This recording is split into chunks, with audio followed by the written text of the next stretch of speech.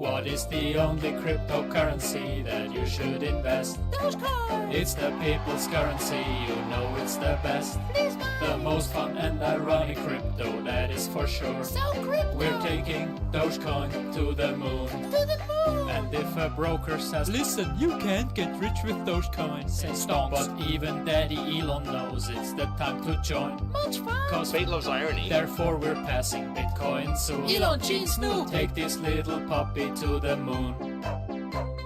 Hold it, hold it, hold it, hold it, never sell. Much rich! Buy more, buy more, buy more, buy more, it's doing well. Such high! Hold it, hold it, hold it, hold it, never sell. Much value! Rising, rising, rising, rising, I can tell. Very trading! Shut up and take my money. This meme coin is looking funny. Let's make history together. In Doge we trust. Much trust! Jump on the hype train, bros.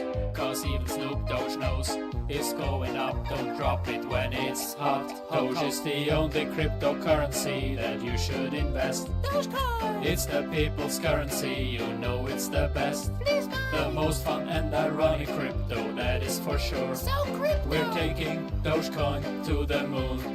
Dogecoin to the moon. Dogecoin to the moon. Dogecoin to the moon. Dogecoin to the moon. It's beyond!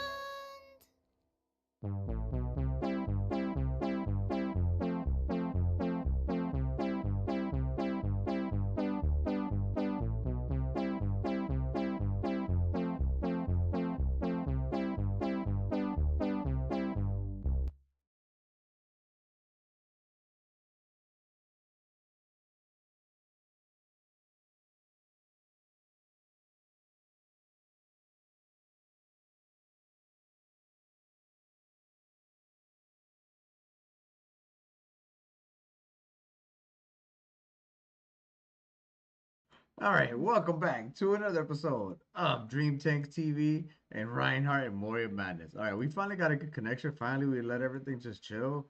Oh, and so it should be good now. Let's see if anybody's saying anything because we are cooking right now. We are gonna eat because we are very hungry. So it looks like the upside down head and shoulders did not play out, and it's actually falling. So, yeah, let's see what happens. We're still holding no matter what. We're not selling. Hell no. We're riding out the volatility because at any given time, this thing could just start moving, and I'd rather not be buying higher prices. It's not worth my investment, in my opinion. That's for me. That's only for me, and us. That's only for us. That's it. So the upside down head and shoulders did not play out. We did get our red super trend. And we got waterfall. Let's see if this can just go sideways. Let's see if this can just go sideways. You know, just go sideways and then go up. But if not, it's definitely going to come down and retest probably like 1287. That's the next major support that we broke off from before prior. So if it doesn't hold, then we're going to come down to 1287 to put in perspective. Let's see if it holds. Let's see if it holds. Where that 4 hour can? Where that 4 hour? 4 hours. Let's see 4 hours. All right, 4 hours at the bottom. So like, why would you want to sell at the bottom? To find a lower bottom? That's dangerous. That's a dangerous game. That's a dangerous game. But everybody will do what they need to do for themselves, and it is what it is. So it's all good. It's all good. Alright, so let's see if anybody else saying anything while we gotta do 2 edits real quick. Let's see.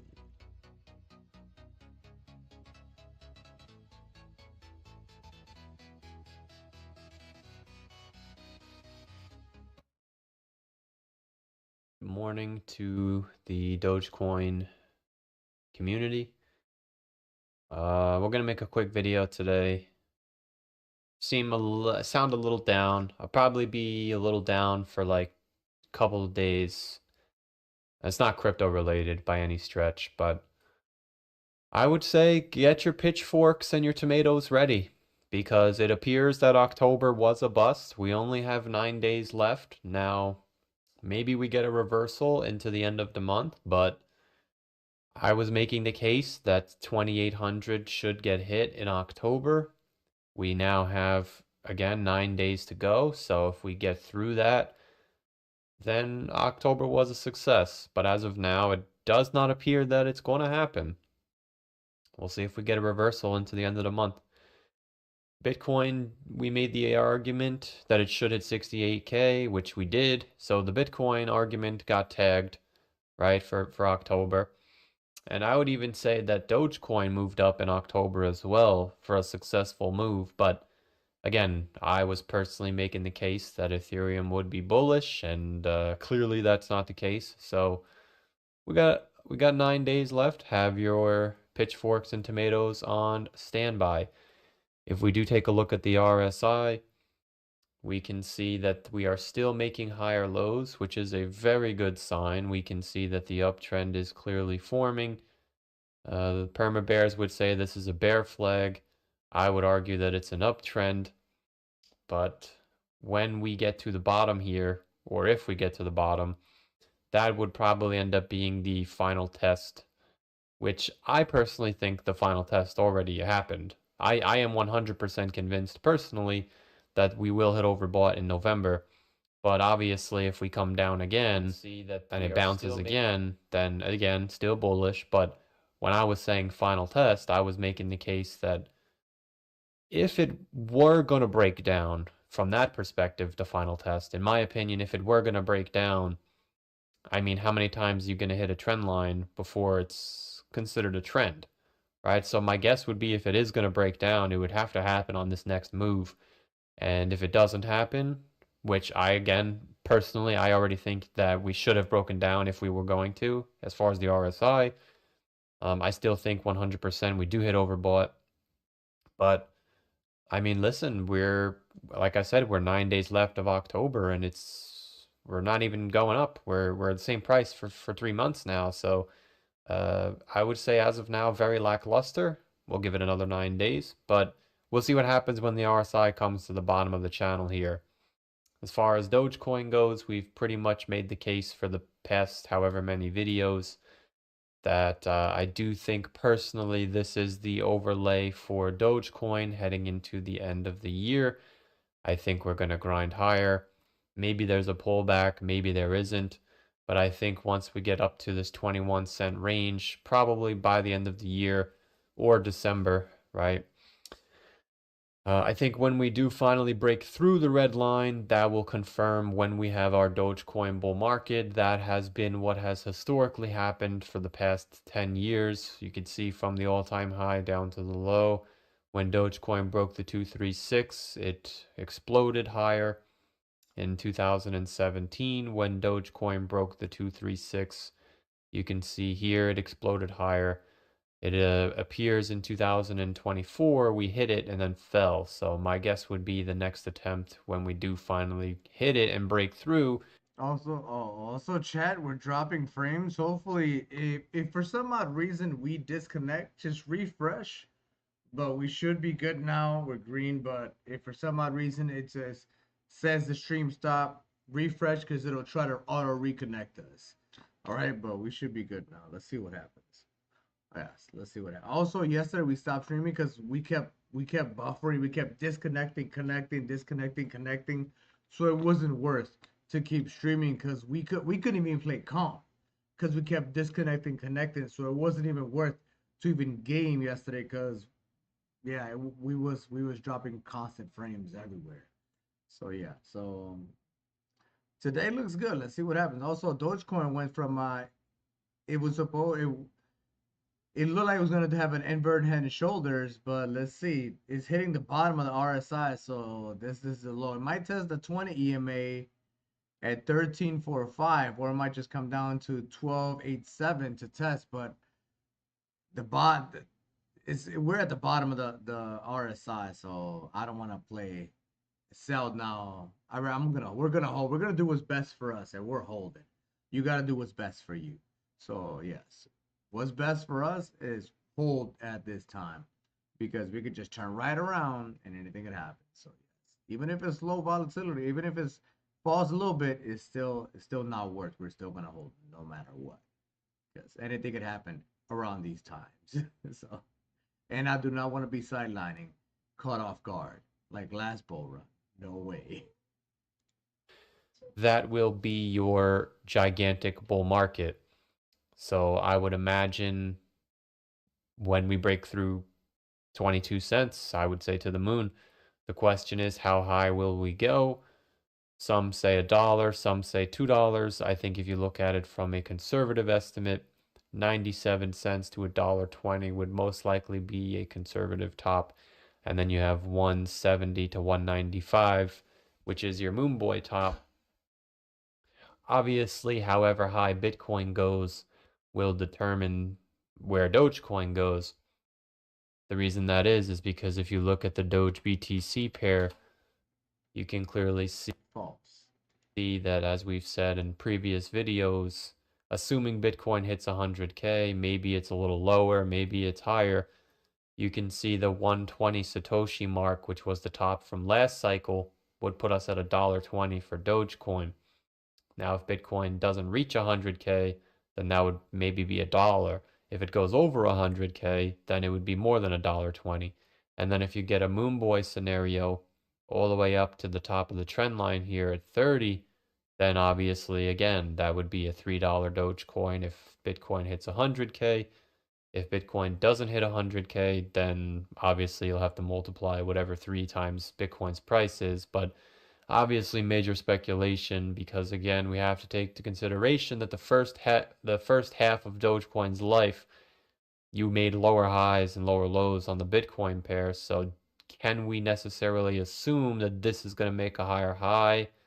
Not guaranteed, right? I think being prepared for both scenarios would be most likely the best outcome.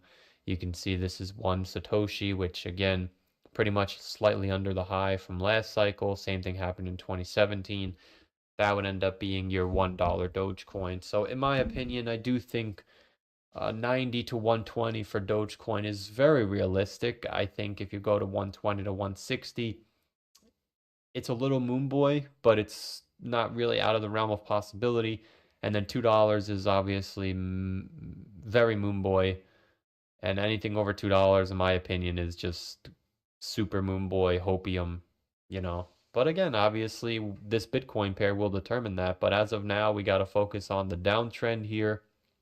Clearly still in a downtrend.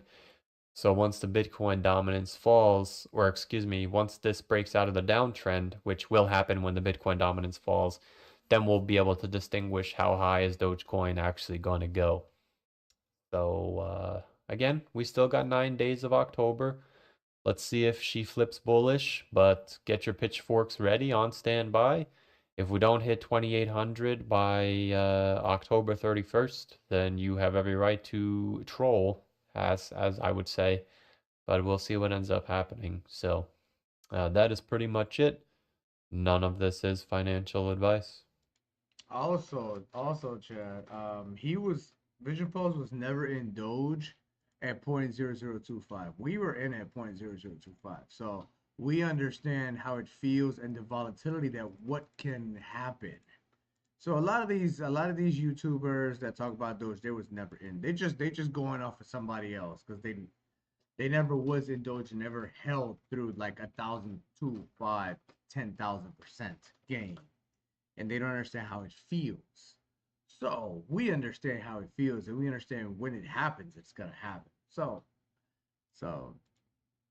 we still think Dogecoin can go between $20 to $30 at the top of this cycle, at top of this bull cycle. So let's see what happens. I'm excited to find out. I'm excited to find out what happens. So it's gonna be good. Let's see if anybody else is saying it. We're gonna go check on our food real quick as well. So every single YouTuber that we have watched, even Chris Pax has never been in Doge since 1/4 of a penny. There haven't been one creator, one YouTuber that says, yes, I've been in Doge since 1/4 of a penny, and we held all the way through. We are the only YouTuber that has been at 1/4 of a penny and held all the way through. So we understand what Doge can do. We understand the volatility of Doge. You know what I'm saying? So we're gonna do it again. Like I said, we don't sell hills, we sell mountains. Right? We sell mountains. Those other YouTubers, they sell little miniature hills. We sell mountains. There's a big difference. So, in my opinion, anything under 20 cents is going to be extremely profitable when the bull run starts. Anything under 20 cents. So, being on the sideline is dangerous because when Doge moves, you'll be buying 1,000% higher, to put in perspective. So you gotta do, I know you gotta do what's best for you. We're gonna do what's best for us, and what's best for us is to hold through this, because when it's all said and done, we will be happy looking at our portfolio, and everybody else that held through will be extremely happy looking at their portfolio. So it is what it is. And the people that are on the sidelines, well, they'll just call it a scam, just like every single run did. Just like every single run. They called it a scam because they sideline thinking, oh, I'm going to be smart. And they get mad because they wasn't smart.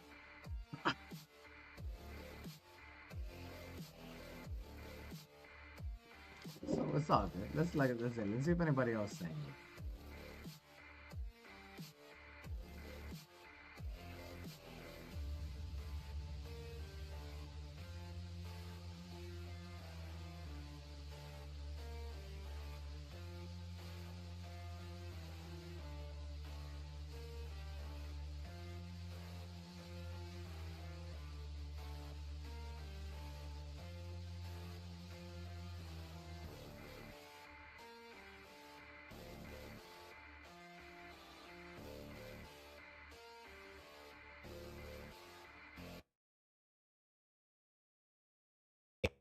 Bitcoin Pod.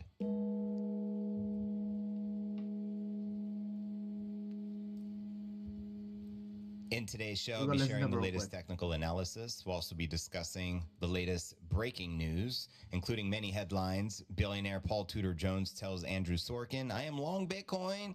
I own zero fixed income. Also, pro-Bitcoin Trump's lead in the election is up by over 30% in the odds, according to Polymarket. I'll also be sharing the latest updates from Samson Mao, as well as... All right, BRB, I'm going to go check on our food real quick, everybody. BRB, I'm going to have you all on my phone.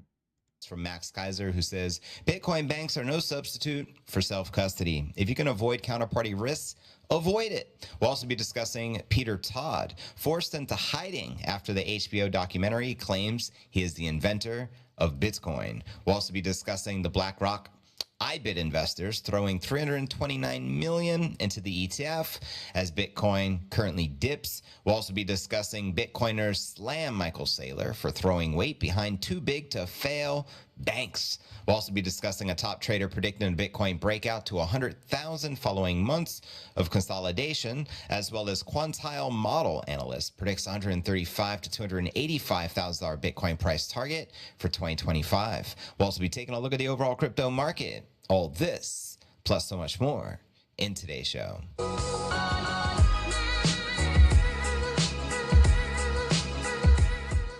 If you're new to the channel, very important to smash the likes, then go ahead and subscribe and hit that bell icon to turn on all notifications to receive daily premium crypto news alerts every day, just like this. Today is pod 1795. I'm your host, JV. It's October 22nd, 2024. Bitcoin's maintaining at roughly 67,500. Let's get right into Coin 360 here. With our market watch, it should be pulling up on your screen any moment. Any second now. Here we go. Yeah, so we got Bitcoin, Ether, XRP pulling back in the red, Solana, Cardano, Tron in the green. And checking out coinmarketcap.com. Current crypto market cap sits at $2.33 trillion. The Bitcoin market cap sitting at $1.333 trillion. What an omen. And 76.5 billion worth of volume in the past 24 hours. And the Bitcoin dominance is on the climb, 57.3%, with the Ether dominance at 13.6%. And checking out top 100 crypto gainers of the past 24 hours, we got PopCat up 10.5%, followed by Beam up 4.5%, followed by Uni up 4.5%. Let me know which alt, if any, you're bullish on for this particular bull. And checking out the crypto bubbles on the daily, safe to say 60% of the market in the red, and on the monthly, I'd say safe to say 70 to 80% of the market in the green. And checking out the crypto greed and fear index today, we're a 70 in greed. Yesterday 72, last week at 65, and last month at 52, which is neutral. And checking out the time chain calendar, we have 183,111 blocks to go until Bitcoin halving 2028, and we're currently on block number 866,889. And you can currently exchange 1,400, or you can exchange $1 for 1,482 sats. So stack them sats accordingly. Bitcoin traders expect price pullbacks, but 73,000 remains the short-term target. That's right.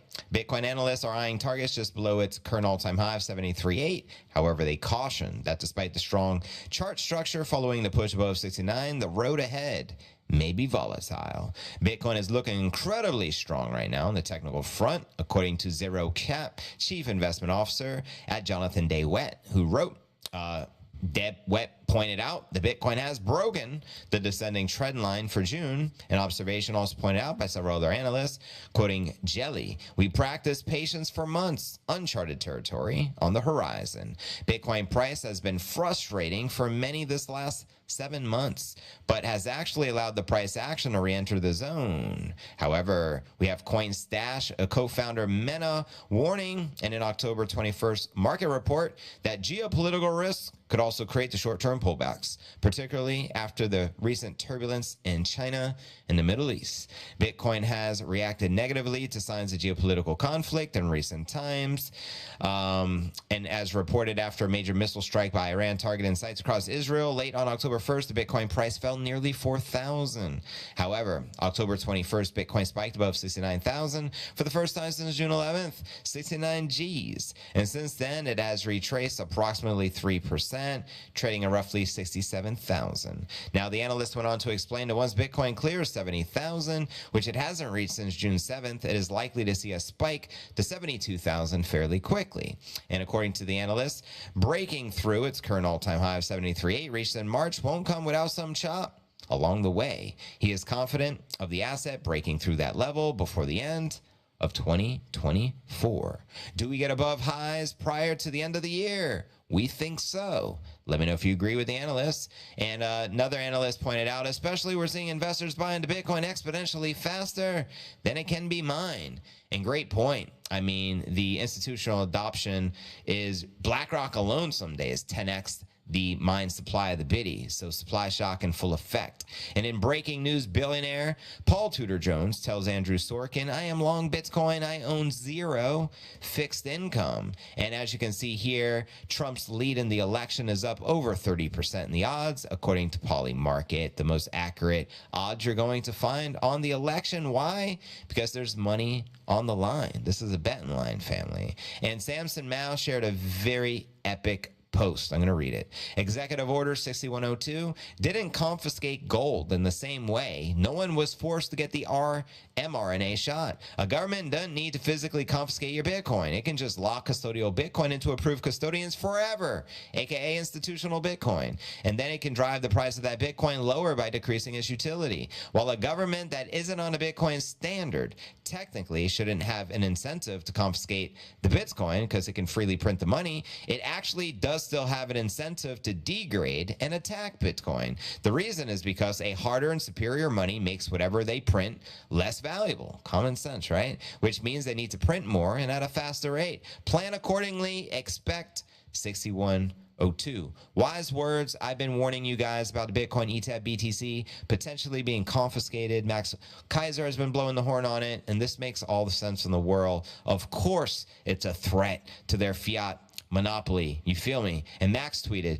Bitcoin banks are no substitute for the self-custody. If you can avoid counterparty risk, avoid it. Bitcoin on deposit in a Bitcoin bank, unlike Bitcoin in self-custody, has a degree of counterparty risk. El Salvador has opened Bitcoin banks with these caveats clearly stated. If you see someone making false claims about non-self-custody risks, know that they have an agenda that is incompatible with the Bitcoin best practices, clearly referring to Michael Saylor, and we'll dive into that story a little later with Michael. But first, let's pull up some of the live charts. This is the 1 hour chart, live and in the flesh right now via TradingView, via Coinbase. The 1 hour chart shows you, we do have a tremendous amount of targets out here as we are hovering around 67.5. The blue bull target is sitting at just shy of 69,000, and we have a bottom bear target sitting all the way down at $63,500. And zooming out, from the 1 hour, let's go to the 4 hour.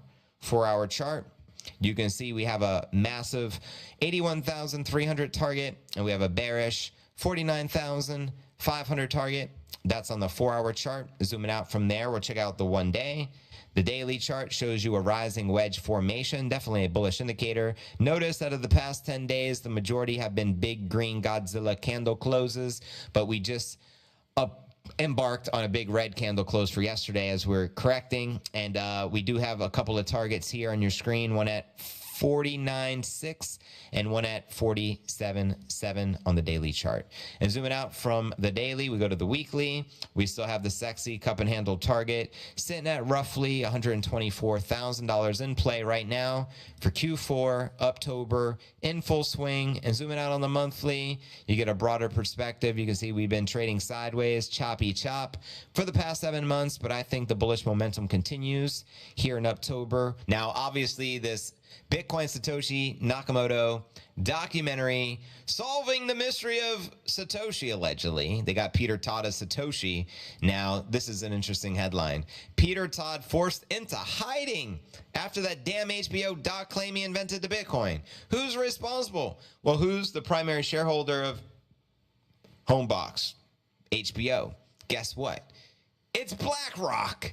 That's right. BlackRock and Vanguard are the primary shareholders of HBO. If you don't know now, you know. Maybe Peter Todd needs to sue HBO, a.k.a. BlackRock. Canadian cryptographer and computer scientist Peter Todd says he's been forced into hiding for fear of his safety after an HBO documentary supposedly outed him as the inventor of the Biddy. The film dubbed Money Electric. How many of you watched it? Let me know. The Bitcoin Mystery. It aired on October 9th. We've covered it here on the pod. And it was purported to finally reveal the mystery of the true identity of Satoshi Nakamoto, the salaman of the person thought to be the inventor of the Biddy. But ultimately, after exploring other potential candidates, the documentary ended on a dubious note, with Todd stating, well, yeah, I am Satoshi Nakamoto.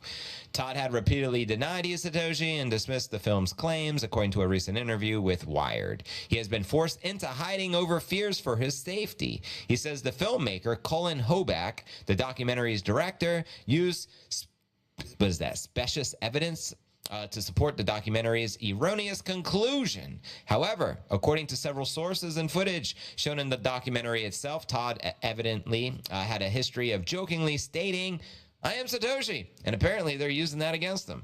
These statements appear to have been made in the vein of the famous line, I am Spartacus, from the revolutionary film, No, It Is I Who Am Spartacus. In the 1960 action film Spartacus, a group of warriors were captured by the Roman soldiers and offered mercy if they'll identify and send forth the man known as Spartacus. In response, the warriors each claimed in turn, I am Spartacus. That's right. I am Satoshi. And according to Wired, Todd agreed to appear in the HBO documentary because he believed it was about the history of Bitcoin as opposed to the attempted expose. Todd says that not only has he been incorrectly identified as Satoshi, but that his life is now in constant danger, quoting him here. Obviously, falsely claiming that ordinary people of ordinary wealth are extraordinarily rich exposes them to threats like robbery and kidnapping. Not only is the question dumb, it is dangerous. Satoshi obviously didn't want to be found for good reasons, and no one should help people trying to find Satoshi.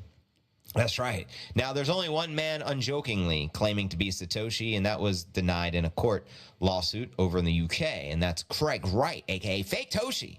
However, Electric Money's director seemingly takes a different view. Wired reports that Hoback claims Todd and others have blown things out of proportion, and the idea of outing Nakamoto has so far posed no real threat to those investigated. There's potentially this anonymous figure out there who controls 1/20th of the total supply of the digital gold, 1.1 million Bitcoin to be exact, but who's counting? And while both men appear to be sticking to their stories, the so-called reveal don't appear to have convinced many within the crypto community that Todd is in fact Satoshi Nakamoto. That's right. In fact, many people believe he is not Satoshi. So that's kind of wild, right? Was the DACA PSYOP? Very strong possibility there, considering BlackRock owns HBO. While BlackRock's IBIT investors throw $329 million into the ETF, as Bitcoin dips 3%. That's right. Check this out. The Fidelity Wise Origin Bitcoin Fund, FBTC, was the only other U.S. spot Bitcoin ETF to record an inflow with 5.9 million on October 21st yesterday, while others recorded zero or negative flows. It was the third time in 4 trading days that BlackRock spot Bitcoin ETF received over 300 million in inflows, according to Farside data. BlackRock's IBIT continued to lead all spot Bitcoin ETF products, crossing the 23 billion mark in total net inflows. October 21st, Bloomberg ETF analyst Balchunas noted IBIT posted the third largest ETF inflows in 2024, trailing only Vanguard and BlackRock's S&P 500 index funds, tickered VOO and IVV. It comes at a Bitcoin price drop 3.25% to a daily low of roughly 67 on October 21st after failing to break 70 G's price resistance. It cut into the 10-day price surge that saw Bitcoin rise from 59 to 69 via CoinGecko, and market selling off slightly today as expected, and that's okay. According to analyst Jelly, other traders such as Emperor said a price pullback to the 62 range may be in the cards this week after Bitcoin posted its highest weekly close in 5 months on October 20th. The Bitcoin price surge between October 11th and the 21st had been primarily attributed to traders speculating on the upcoming U.S. election. Meanwhile, total net inflows across all the spot Bitcoin ETFs currently amount to 21 billion, which includes over 20 billion in outflows from GBTC.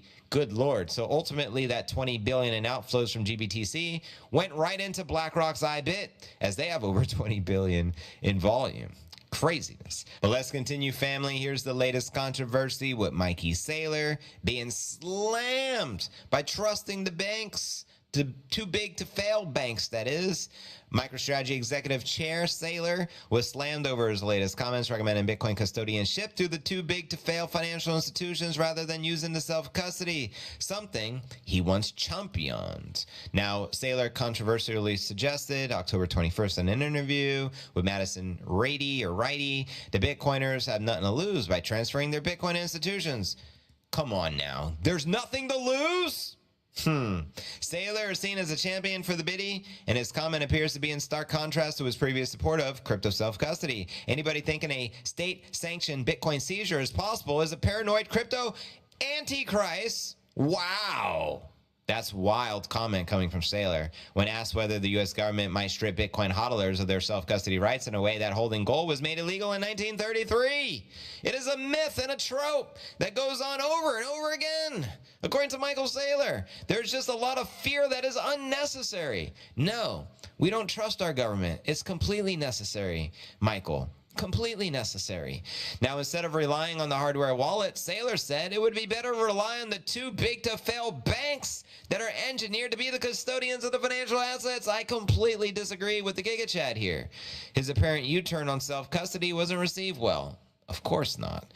Quoting some people here, Saylor's on a mission to relegate Bitcoin into an investment pet rock and halt its usage as a currency, said Cena.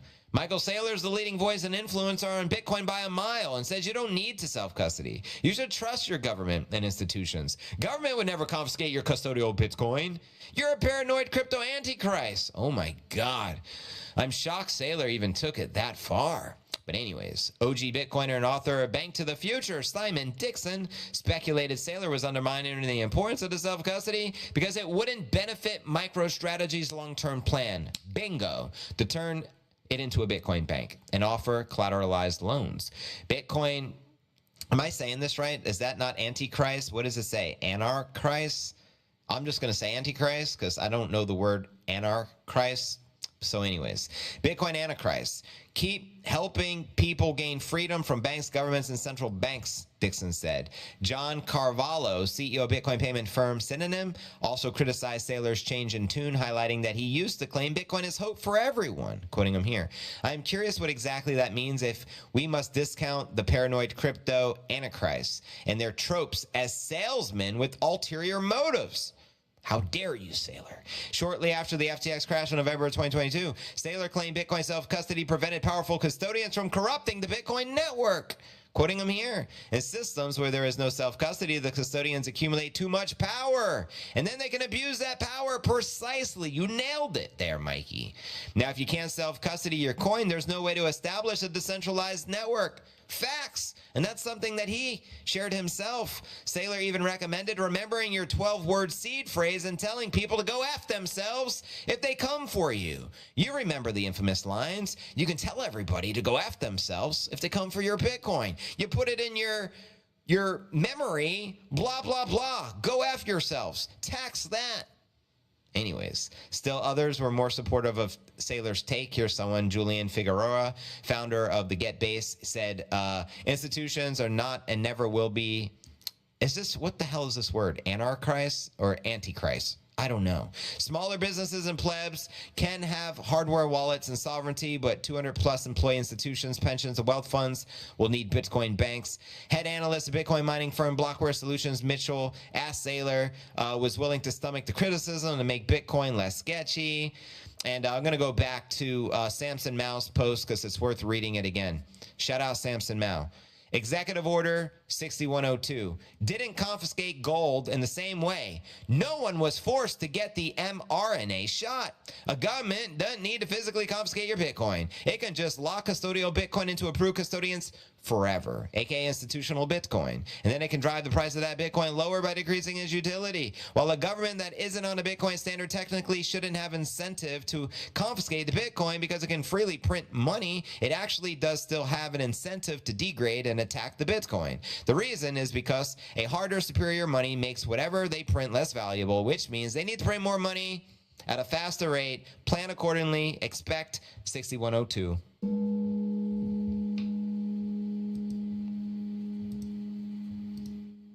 So there you go. Let me know if you agree with Mikey Saylor or Samson Mao and Max Kaiser, Simon Dixon, and the rest of the Bitcoin OGs. Let's discuss this next target. Top trader predicts Bitcoin breakout of 100 Gs following months of consolidation, but there is a big catch. That's right. We got Don Alt warning Bitcoin will likely witness a deep corrective move after a strong breakout surge. Quoting him here. My base case is right now we are going to break out and is going to get smacked down. We're going to go to 80, 90, maybe $100,000 if this breaks out. Now we're going to go back down to 60,000 and then have 60,000 be a base and do all that boring consolidation stuff. But my base case is where we're going to break out. Let me know if you agree or disagree with the analyst. The trader says he's not convinced the Bitcoin will see a sustained uptrend after the initial breakout. Quoting him here, I think there's a good chance that the breakout doesn't really stick now. I think we are going to then consolidate around 60,000 and then it might stick on the next attempt. It is just on this attempt I am not entirely sure, but the trader knows that he may shift his stance depending upon the future market conditions. Quoting him here, but I can change my mind. If I am bullish now and we go to the 90,000 and then I just see bullishness everywhere, I can change my mind. I can be like, hey, my idea of what we're going to do when we get here is just one I don't agree with anymore. And I can just change my mind and go like that. Exactly. Of course you can change your mind. But let me know your thoughts with the 100,000 inevitable here. I think 100 G's still in play for Q4 sometime, obviously. If not here in October, breaking an all-time high. I'm still very confident sometime in November. Election month, which is only 2 weeks out, the election, we're likely to hit new all-time highs, 80, 90,000 range, potentially 100,000, potentially that weekly cup and handle pattern at 124,000 here in the Q4. Now for our feature story of the day, the quantile model analysts are predicting Bitcoin smashing $285,000 per coin next year in 2025. Let's break this mofo down. Here you go. Bitcoin's strong weekly return of 10% exhibited a clear bullish breakout above the descending trendline pattern, which has been active since March. of this year. And in light of that, Sina, co-founder of 21st Capital, indicated the current price of Bitcoin falls between the lowest consolidation price range for 2025, according to the quantile model. Now, how many of you are familiar with this model? Let me know. Sina presented a study that classified Bitcoin's probability space utilizing a quantile regression model and outlined 3 specific zones for Bitcoin in 2025. The analyst mentioned that each zone represented a different price range and market sentiment termed as cold, warm, and hot. Well, clearly the red must be the hot, and that's where we're getting to $285,000. So as you can see in the chart, the cold zone below 33% for 2025 ranges between 55 and 85,000, which includes the current Bitcoin price. This particular wavelength has been outlined as the lowest probable value for the Bitcoin, with seasoned investors expecting to build positions while keeping long-term targets above 100,000 in mind. Now, the warm zone, 33 to 66%, ranges between 85 and 136,000. Sina mentioned the majority of the retail will start paying attention during this valuation spectrum as Bitcoin forms new all-time highs and goes under price discovery. Investors may gradually build positions in this range with overexposure. Now, the hot zone, now we're talking, between 66 and 99% indicates the peak Bitcoin range between 136 and 285,000 per coin by the end of 2025, so 1 year out, where Bitcoin is expected to consolidate a third of the upcoming year with respect to each zone. Here's what the analyst shared. The 33% quantile ranges coincide perfectly with Bitcoin phase transitions. Bitcoin just likes to spend 1/3 of its time in each zone and then transition to the other zone like clockwork. Most of the bear market is 33%, and bull market euphoria begins at 66%. Did someone say euphoria? Don't make me play my Kendrick.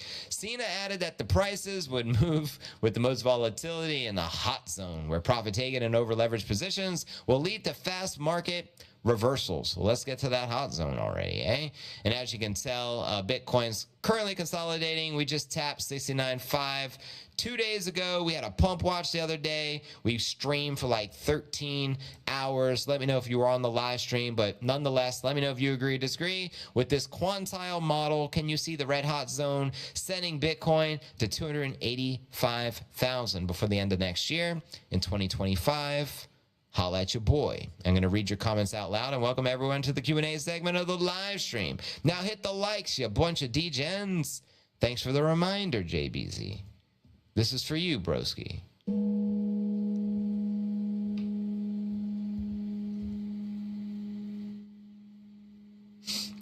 The more negative news you hear, the more to hodl and scoop up the biddy. It's immune to the BS. Amen. Of course. Well said there, brother. This is weird. I have something similar happen. It may take the stream stopping for it to show up. Are you talking about the sticker? Yeah, sometimes YouTube got a mind of its own. We are streaming, fam. We're live on X, Rumble, and YouTube right now. Just reading comments. This is the Q&A segment. Let me know your thoughts regarding the quantile model I just shared. I'm going to read your comments out loud. Oompas, they're here, brother.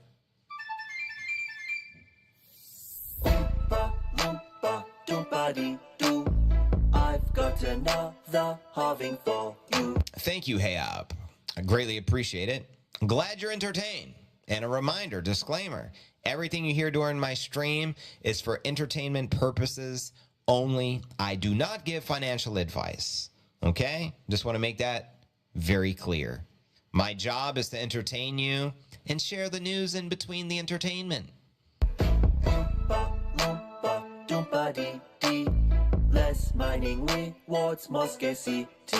Ricky says, another great show. Thanks, JV and the gang. Well, this show is just getting started. We still have another hour to go, uncensored style. So if you're on the tube, you ain't got to go home, but you got to get the hell out of here. I encourage you to visit the Rumble, where we'll continue the stream on X and Rumble. The direct Rumble link is rumble.cryptonewsalerts.net.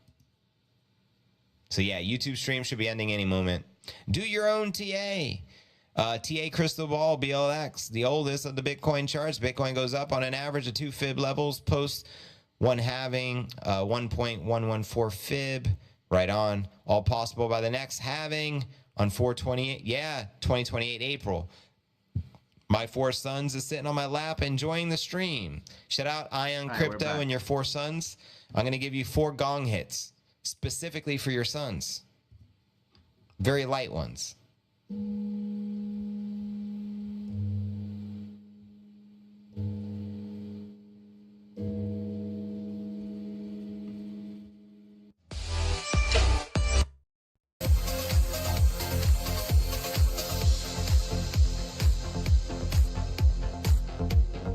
All right, he's about to start. We're about to eat because we're hungry. Yeah. This guy's about to start. We're going to eat because we're hungry. We'll be here. Hope y'all doing good. We'll hold it no matter what. So let's see what happens.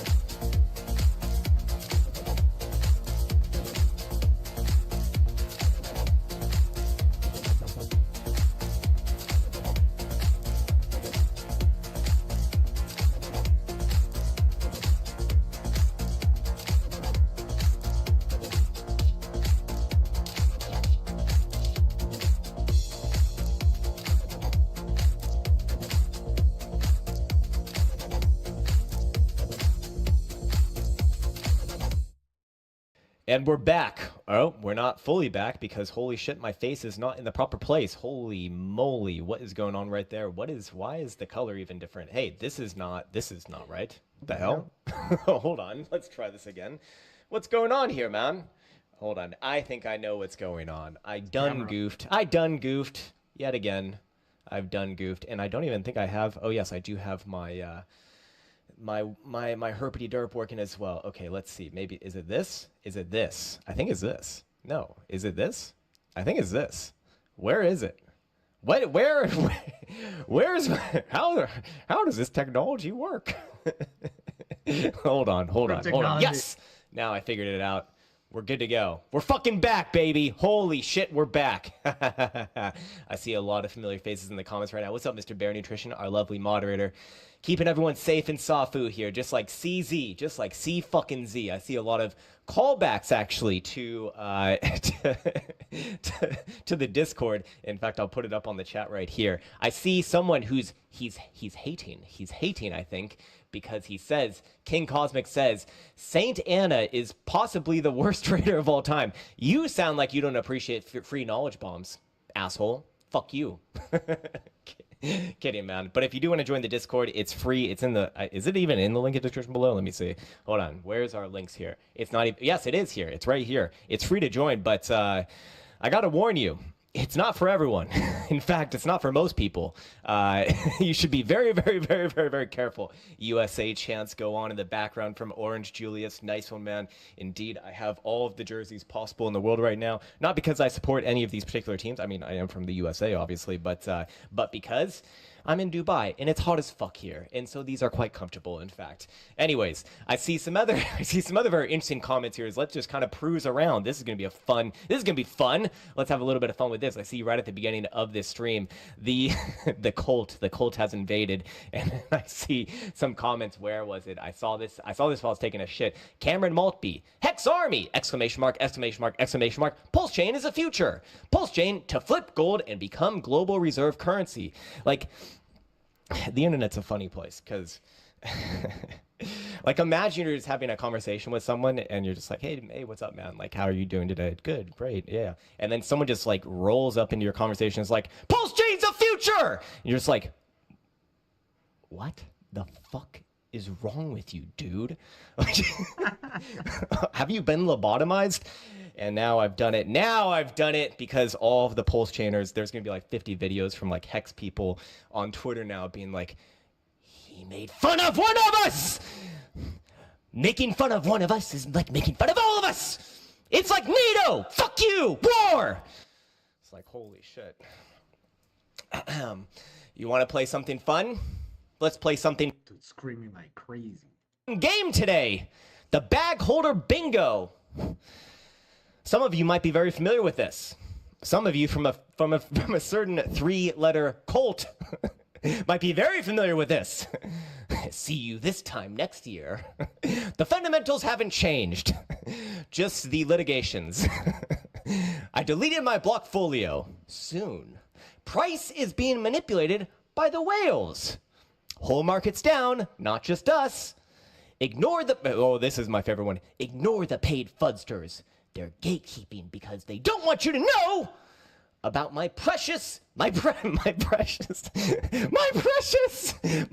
coins. Fudsters just trying to get into cheaper. That's right. That's right. That's right. Hold the line. I'm not interested in the price. I'm here for the technology. Yeah, I hope this is my favorite one, actually. I hope the price stays down. More time to accumulate. Yes, my paychecks comes in every 2 weeks, and that is a whole $5 disposable to invest. That's going to be 5 whole coins. God damn, man.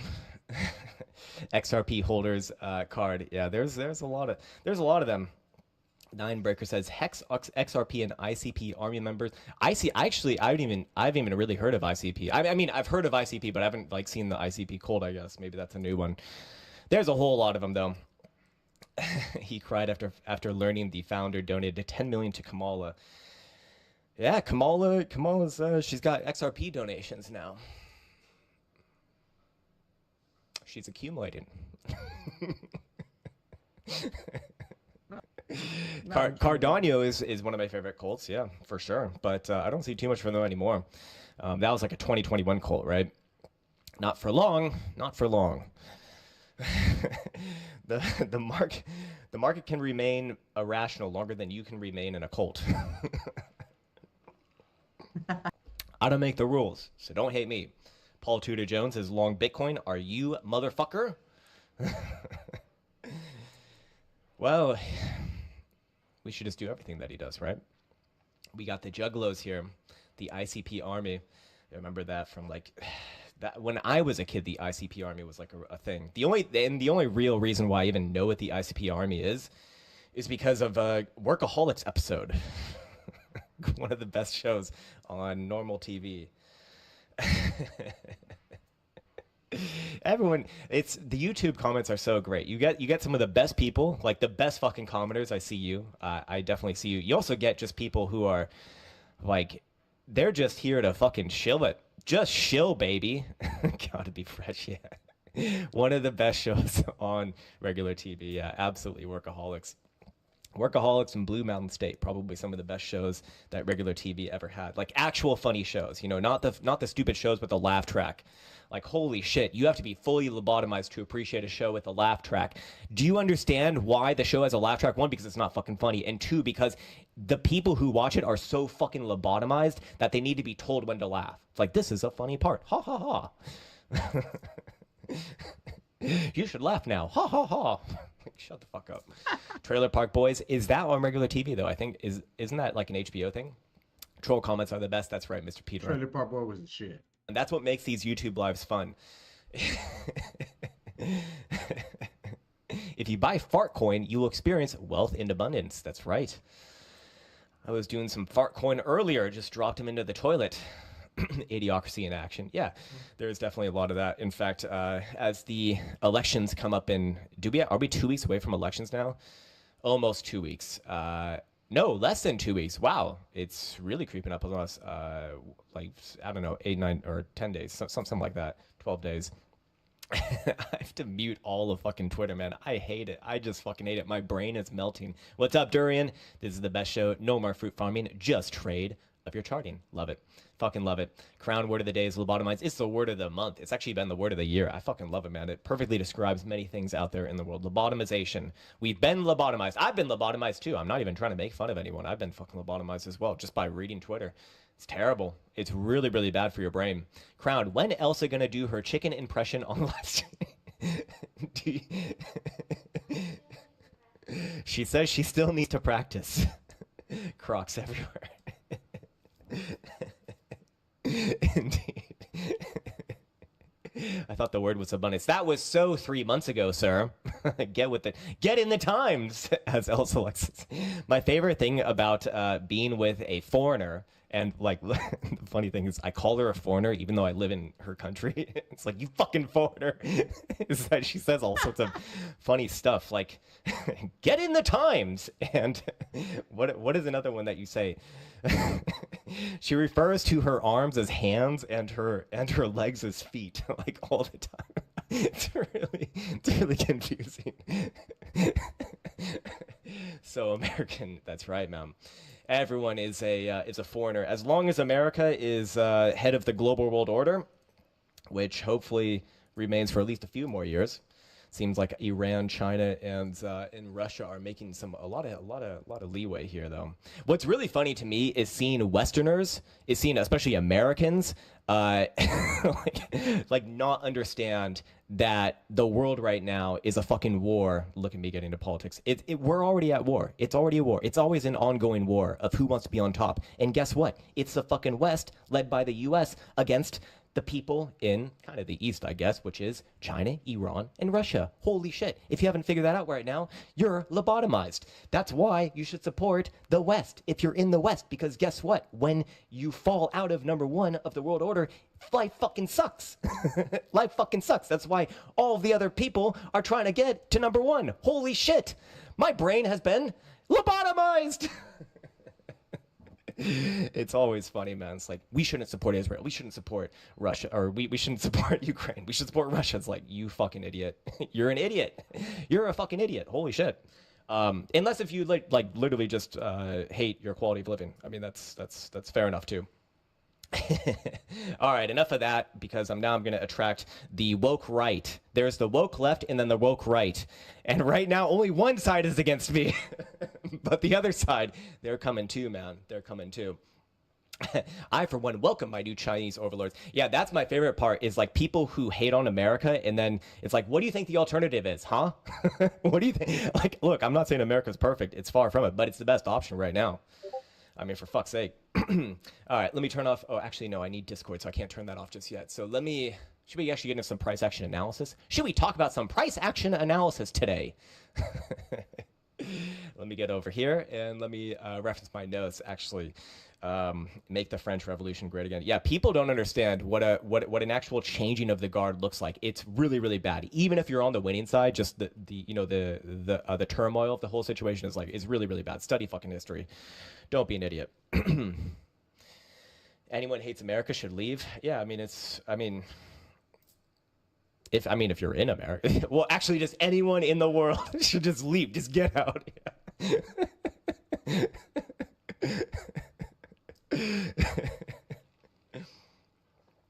More hex analysis, please. Oh, dear Lord. Maybe we get that a little bit later. It is fun to do, but man, I really don't like dealing with the fucking hexers on Twitter. I've had to mute all of them because they are just relentless. Like they have like their priests who tell everyone what to do, and they like identify targets. It's so crazy, man. It's so crazy. And if you speak anything that's like not singing the praises, they send the dogs after you. That's how it works, and they're like proud of it too. They're proud of it. It's like, Jesus Christ, how do you even fight that? It's like you're proud of it. So fair enough. All right, cool. Hexer has gone wild. That should be it. Okay, so let's start it off right over here.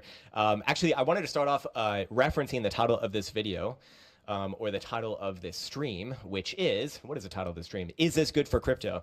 This was actually a focus, I believe, of a video from last week, which was looking at MicroStrategy, which has a strong correlation. In fact, let me bring up the correlation chart to Bitcoin here, because I think that really helps with understanding the importance of this, as we do see, yes, a very, very strong correlation between MicroStrategy and Bitcoin ever since about late or end of Q3 of 2020. Why was that? That was because Michael Saylor decided to buy a shit ton of Bitcoin with MicroStrategy's treasury. And as you can see, ever since there, which was this red line, the correlation was extremely, extremely high, like something that you really don't even see across many things, which is like a, above an 80 or sorry, spot 80 correlation coefficient right there. And a very high adaptive R squared as well. Yeah, there are a few times in history where we actually have seen this correlation be decorrelated or uncorrelated for a small amount of time. But as you can see, it was a small amount of time, and then quickly after that, they reverted back into strong correlations with each other. And we actually saw something relatively similar over here recently. That was kind of giving us a bullish bias, amongst other things as well, that Bitcoin was going to pick itself up off of its bootstraps at about the $60,000 region a couple weeks ago and march upwards and onwards. But here's the thing. I do think that MicroStrategy is once again the more obvious chart. We do see that MicroStrategy, after last couple weeks breakout right here, do I even have a chart for this? Okay, let's do some lines. Let's do some lines. Here's some fucking lines for you. We do see the breakout from early October, got retested last week, and this week it does look like this one's actually looking for continuation. I think it's a lot more obvious on the daily time frame right here. You can see a quick retest, boom, back up, and just yet again another higher low. So I do believe that this is still a good omen for Bitcoin, likely doing the same thing. In fact, Bitcoin on the shorter term time frames looks kind of similar coming into this region right here, still on that correction, looking for that higher low. Basically anything above 66,000 bucks is going to look pretty good and in alignment with what we did just look at for MicroStrategy back on over here. In fact, going to the daily time frame, let's just see. Yeah, you can see perfectly right there. So going into this one, I do think that this for Bitcoin can take a little bit more time. Obviously, it could take another few days. It's very possible that we've actually already seen the high for October, because a high did come in on the 21st of October, and that actually is the average date that we do see the high come in for the month of October. Yes, sometimes it comes in a little bit later, absolutely, especially in strong market uptrends. We do see it come in, closer to the beginning of the 4th week of October, but it wouldn't be uncharacteristic or crazy to assume that we've actually already seen the high for October, and we're probably waiting around until early November, where Bitcoin actually typically puts in the low very, very early on within the month. So, what could that look like for the next 8 or so days as we do kind of eat up time into November? Could look something like this, where where it essentially curls around, puts in a higher low, and again, anything above 66,000 bucks on a daily closing basis is fine in that regard. Moving on from there, I do want to get into some price statistics just for the day. Yet again, we have seen Bitcoin essentially hold the range. Yesterday, it didn't actually test either side, which is a good indication that Bitcoin probably is going to reconsolidate here and probably is going to put in a higher low somewhere around this region, again above 66. But now the daily range, actually, let me just do it for today's range. You can see to the downside. Sorry, first let me explain that Wednesday is actually the most likely day to close negatively. So Bitcoin is going to fall through here.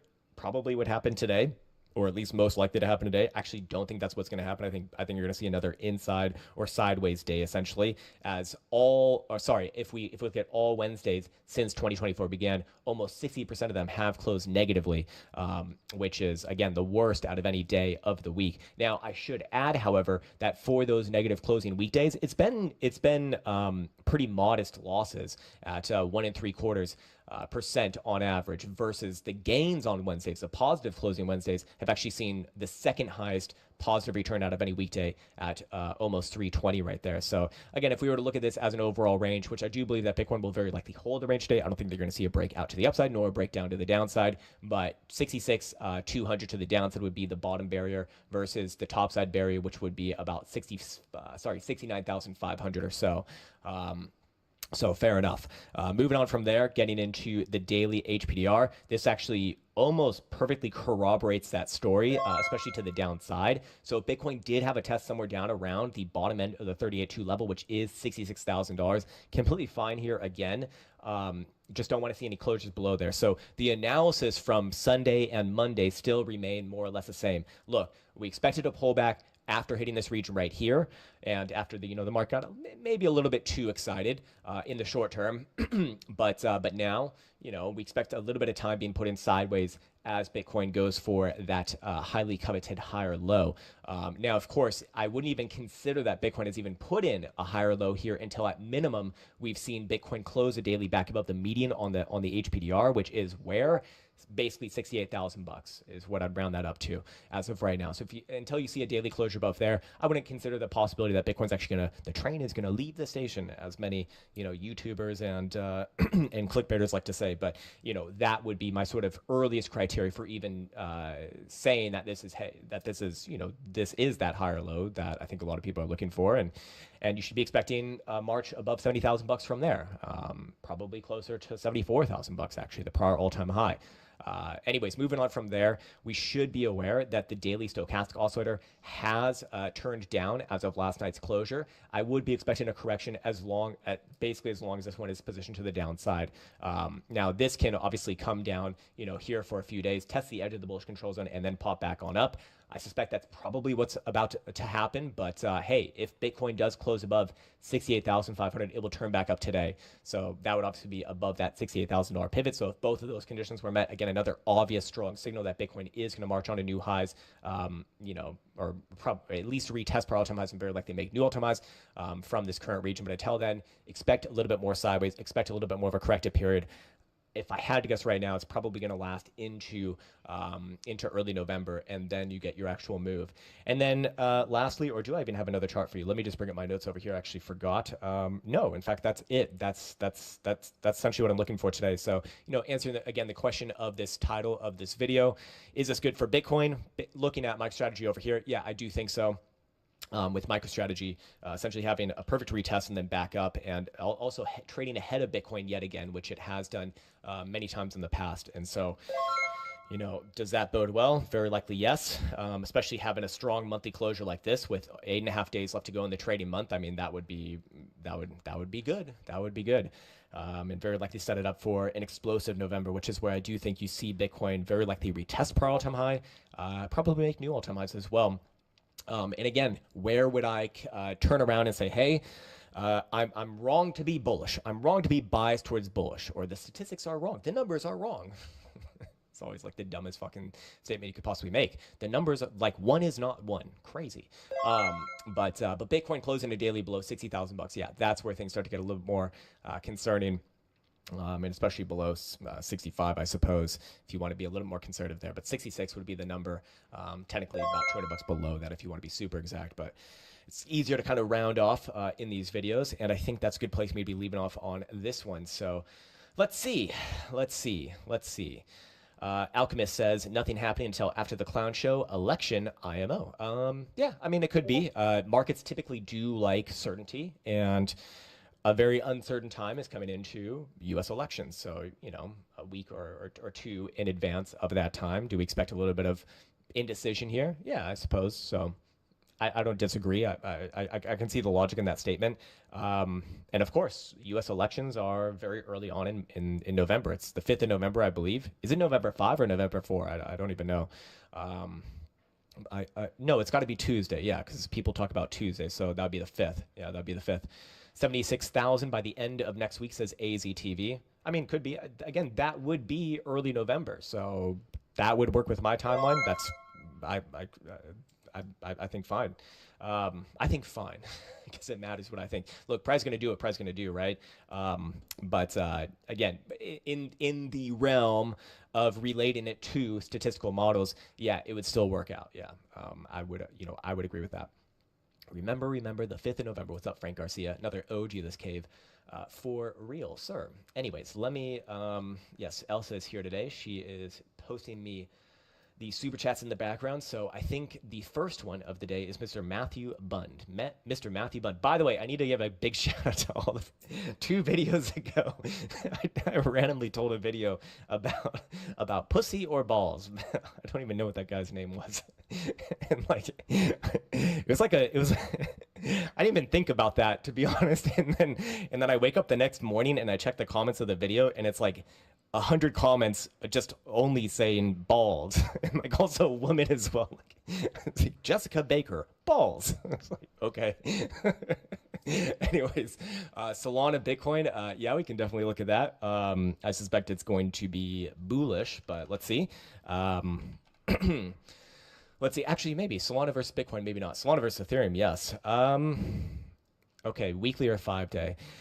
Overall, yes, I do like it. Overall, yes, this does seem to be a higher low right here. Again, on momentum turning back up.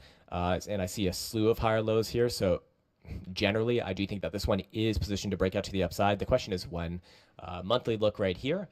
I didn't even ask about it, but I suspect you're just interested in the higher term timeframes. You know, closing above 0.024 should force this one back up and retest probably prior all-time highs. To me, this just looks like a flag out and continuation. I don't really have a reason to be bearish on this as long as you're above your Thursday, the 17th of October low. If it were to come back down below your 17th of October low, yeah, that would make me bearish on this. But until then, to me, this looks like, though, it's under whale accumulation.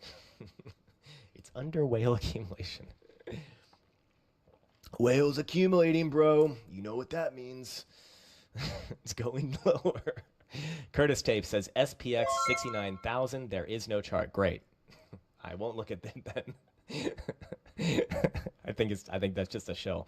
Yeah, if it doesn't have a chart, I can't really look at it, man. So that's that's cool. Luke Doyle says PSTG weekly, monthly. Is that a stock? Let's see. Yeah, I think so. All right, let's check it out. Weekly, monthly. Let's check it out. Let's go to monthly first. Okay. All right. I'd be looking for this. This one does seem to have hit a pretty important high right here, and I would be looking for it to consolidate for a while longer. I don't think it's going to be breaking this high anytime soon. I do think you are going to. I do think long term probably does, but you know, likely trades within this range for a while. It could take a long time. A very, very long time. I mean, this is a weekly look after all.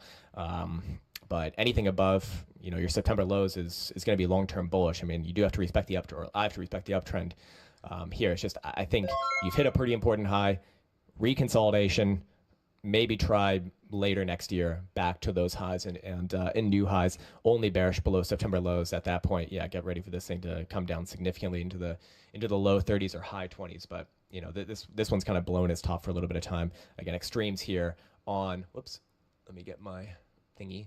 Extremes here on volatility. Going to very likely be signaling, yeah, the top at least for a while. Anyways, Peter Underwood says donations for Elsa's chicken impressions practice. Elsa gives a thumbs up for that. She likes it. Cameron Malpe says, Ponky on Mexi on the daily, please, sir. All right. Ponky on Mexi. It all rhymes. Actually pretty good. Actually really, really good on the monthly, but maybe that's not what you're interested in. You know, is this one still in a trading range? Yes. Is it very likely to resolve the trading range to the upside? Likely, yes. Again, above your September lows, have to be bullish on it long term. It can spend some more time within this region, but the second that you see this thing close a weekly above like 55 cents, expect this thing to make new all-time highs. And yeah, I do think overall it is bullish. And I think it actually probably does try this move in November. This is a pretty decent monthly. Monthly above even 50 cents would do it for me. So yeah, I would be biased towards the upside here. The question is when. if it does get rejected here again, just I would be looking for it to come back down into the middle of the range, like low 30 cents, but overall not bearish. As long as it holds the uptrend, and that would be your September lows. So that's all I have to say about that, sir. Kyle says ITO versus wrapped Ethereum. That's how you know it's going to be good. Another one that looks like it's kind of hit a major high right there. Going to be very likely ranging at best for a while, probably closer to the lows here. I do think that this one will come down lower. It's not much of a chart, not much to be going off of. I mean, it's been around since July, so I always want to say when I have something that's like super, super new like this, I don't trust it that much, but I do see divergence on your daily stochastic oscillator, and I do see it about to freshly turn down as well. So if that does happen, I'll be looking for it to come somewhere down around here and probably try for a bounce, and then, you know, hopefully for your sake, trade sideways for a while and then maybe try another upside move. But yeah, I don't think that this one's moving to the upside soon. In fact, so I'd even adjust this to this area right here. As long as you're below this area right here, I mean, it's just range plays. Nothing super interesting as far as I can see. ITU is Nero's original name, like the Roman emperor? I don't think so, because that's spelled wrong. Woodworth says, AMC, please, good sir. Do you mean like the stock? Let's check it out. Another Colt stock. Great chart. I love shitty charts. Here's what the real chart looks like. Look, has it found, is it, you know, Jesus Christ. Okay, I actually need to go to log view just because this thing is so bad. Like, it's always hard on pieces of shit like this because, you know, it can have a big bounce out of nowhere. That's the problem with these things. But I think you kind of just had your big bounce right here and it's about to come back down. I mean, this was a more than 2x bounce. I'm looking at this as likely another lower high. Maybe it does something like this. Fucking hard one, man. Elsa, can you bring me some water, please? Or can you bring me the coconut water? I really like that one. Unbiased guess who will have the biggest percent gain in the bull run? AMC, Bitcoin. Okay, maybe it's a crypto because now you're just listening to a bunch of shit coins. Let's see. Oh, maybe it's this thing. Unbiased opinion of which one. There's no chart there. Just a coconut, please. Okay, is this it? This thing's too. Look, the newer ones have more potential to have bigger percent gain runs. For sure, but they also have the highest risk. So this one would appear to be, if this is what you're actually talking about and not AMC the stock, which would be nice if you could clarify, just in general. Okay, is this actually the right one? Yeah, it is. Hold on, I have a delivery coming in. Kitos. Okay. If this is what you're actually talking about, it has the most potential here. Just because it's the newest thing. It's been around since June of 2023. The other ones that you list off, Bitcoin, Ethereum, DogeCoin, SHIB are all older ones. I mean, SHIB, I suppose less so. You know, besides, like, let's say we got rid of this one because it's the most risky one. What has the most, which one would I guess has the highest percent gain run in the bull run between Bitcoin, Ethereum, DogeCoin, or SHIB? Again, a SHIB it's going to be the newest out of all of those, so it has the most potential. DogeCoin, I don't think is going to do all that much. Ethereum, I don't think it's going to do a hell of a lot either. I mean, this doesn't look great here, but it is newer, so, you know, to get to its prior all-time high, you know, it could be like a 5x move, so that's, or somewhere around there. Which I do think that it probably will do at some point in this cycle. And I don't think Bitcoin's going to go for a 5x. I don't think Ethereum's going to go for a 5x. I don't think DogeCoin's going to go for a 5x. So I'd say this thing. But again, newer equals more. I mean, it's not just newer. It's also a fucking meme coin. So more risk as well there too. So it just depends on which game you want to play. You know, choose your risk and what you're comfortable with. Cameron Maltby is back. He's looking at Solana and daily. I think I saw this one the other day. It closed above a critical region. Indeed, it did. It is closed above these last few prior highs right here. So while short term, you know, it probably does pull back a little bit. I do think that this one will pull back a little bit. I would be looking for a higher low somewhere around maybe 150-ish. and then for this one to try towards the top side of the range. But this one has done something very, very important here. You know, overall, I do think that this one's going to make a run towards 185 to 200 bucks sometime between now and the next in the next few weeks, and probably even just goes for new highs from there, anyways. Or I guess the prior all-time high, which would be 260. But in the short term, do I think it you know, it pulls back a little bit here? I think actually yes, it very easily could, and like somewhere around 150 to 155 is probably where I'd be looking towards. Let me actually see what a fib would be saying about this. Yeah, 155 to 150. Holy shit. It's like my brain is working in Fibonacci's now. I mean, it kind of makes sense. I mean, see fibs everywhere. Every fucking where. Big Bull says, moo moo on the daily, please, sirs. Moo moo on the herpity derp. Please, sirs. All right. Test of the top side of the range coming back down. LARP lines here, largely going to play out yet again. I do think that this one, similar to Solana, will resolve this range long-term to the upside. I do like this constructive manner on higher lows the whole way through, but short-term does very likely come further to the downside. She pull another fib right here. Maybe it tries for a bounce exactly where it's at right now. I don't think that one's going to hold. I do think that you find it somewhere back down around here for a higher low, and then it tries an upside move. But short-term, I would expect this one to come a little bit further to the downside. To the derp side. Weekly kind of weird there, as is the monthly. Michael Wong says, GOAT CS Maximus, not very much history. Oh, well then I can certainly give a great analysis on something that has absolutely no fucking history. I'll try my best. I like the name. That's really the best. Let's see what else I'll talk to me. Every time it does that, it scares me. Brother, don't get scared. Trust me. Don't get scared. You'll get scared when we move up 2,000% and we retract 60% and you don't know if you want to get in, thinking it might go lower or it might rebound. That will be a scary analysis. So we haven't even done anything scary yet. If this scares you, you got some crazy time coming. Trust me. I'm telling you, because this price action does not scare me at all. It does not. But when we move over 1,000, then that's when I start to sweat a little. Okay. Yeah, this market makes a lot of sense. A fucking meme coin has 500 million market cap. Great market. Terrence Grogan says, Hive stock. Thank you for specifying that it was a stock, sir. That's actually incredibly helpful. Daily and weekly. And even time frames too. This is awesome. I think the consolidation is quite mature here, actually. Very low volatility. All right. Hey, yo, cheers, everybody. Yo, cheers. Cheers, beautiful. Yo, definitely cheers. Hell yeah. So, yeah, it's all good, Thoughtsitos. We got this. Ain't no worries. This is nothing. We got this. Yeah.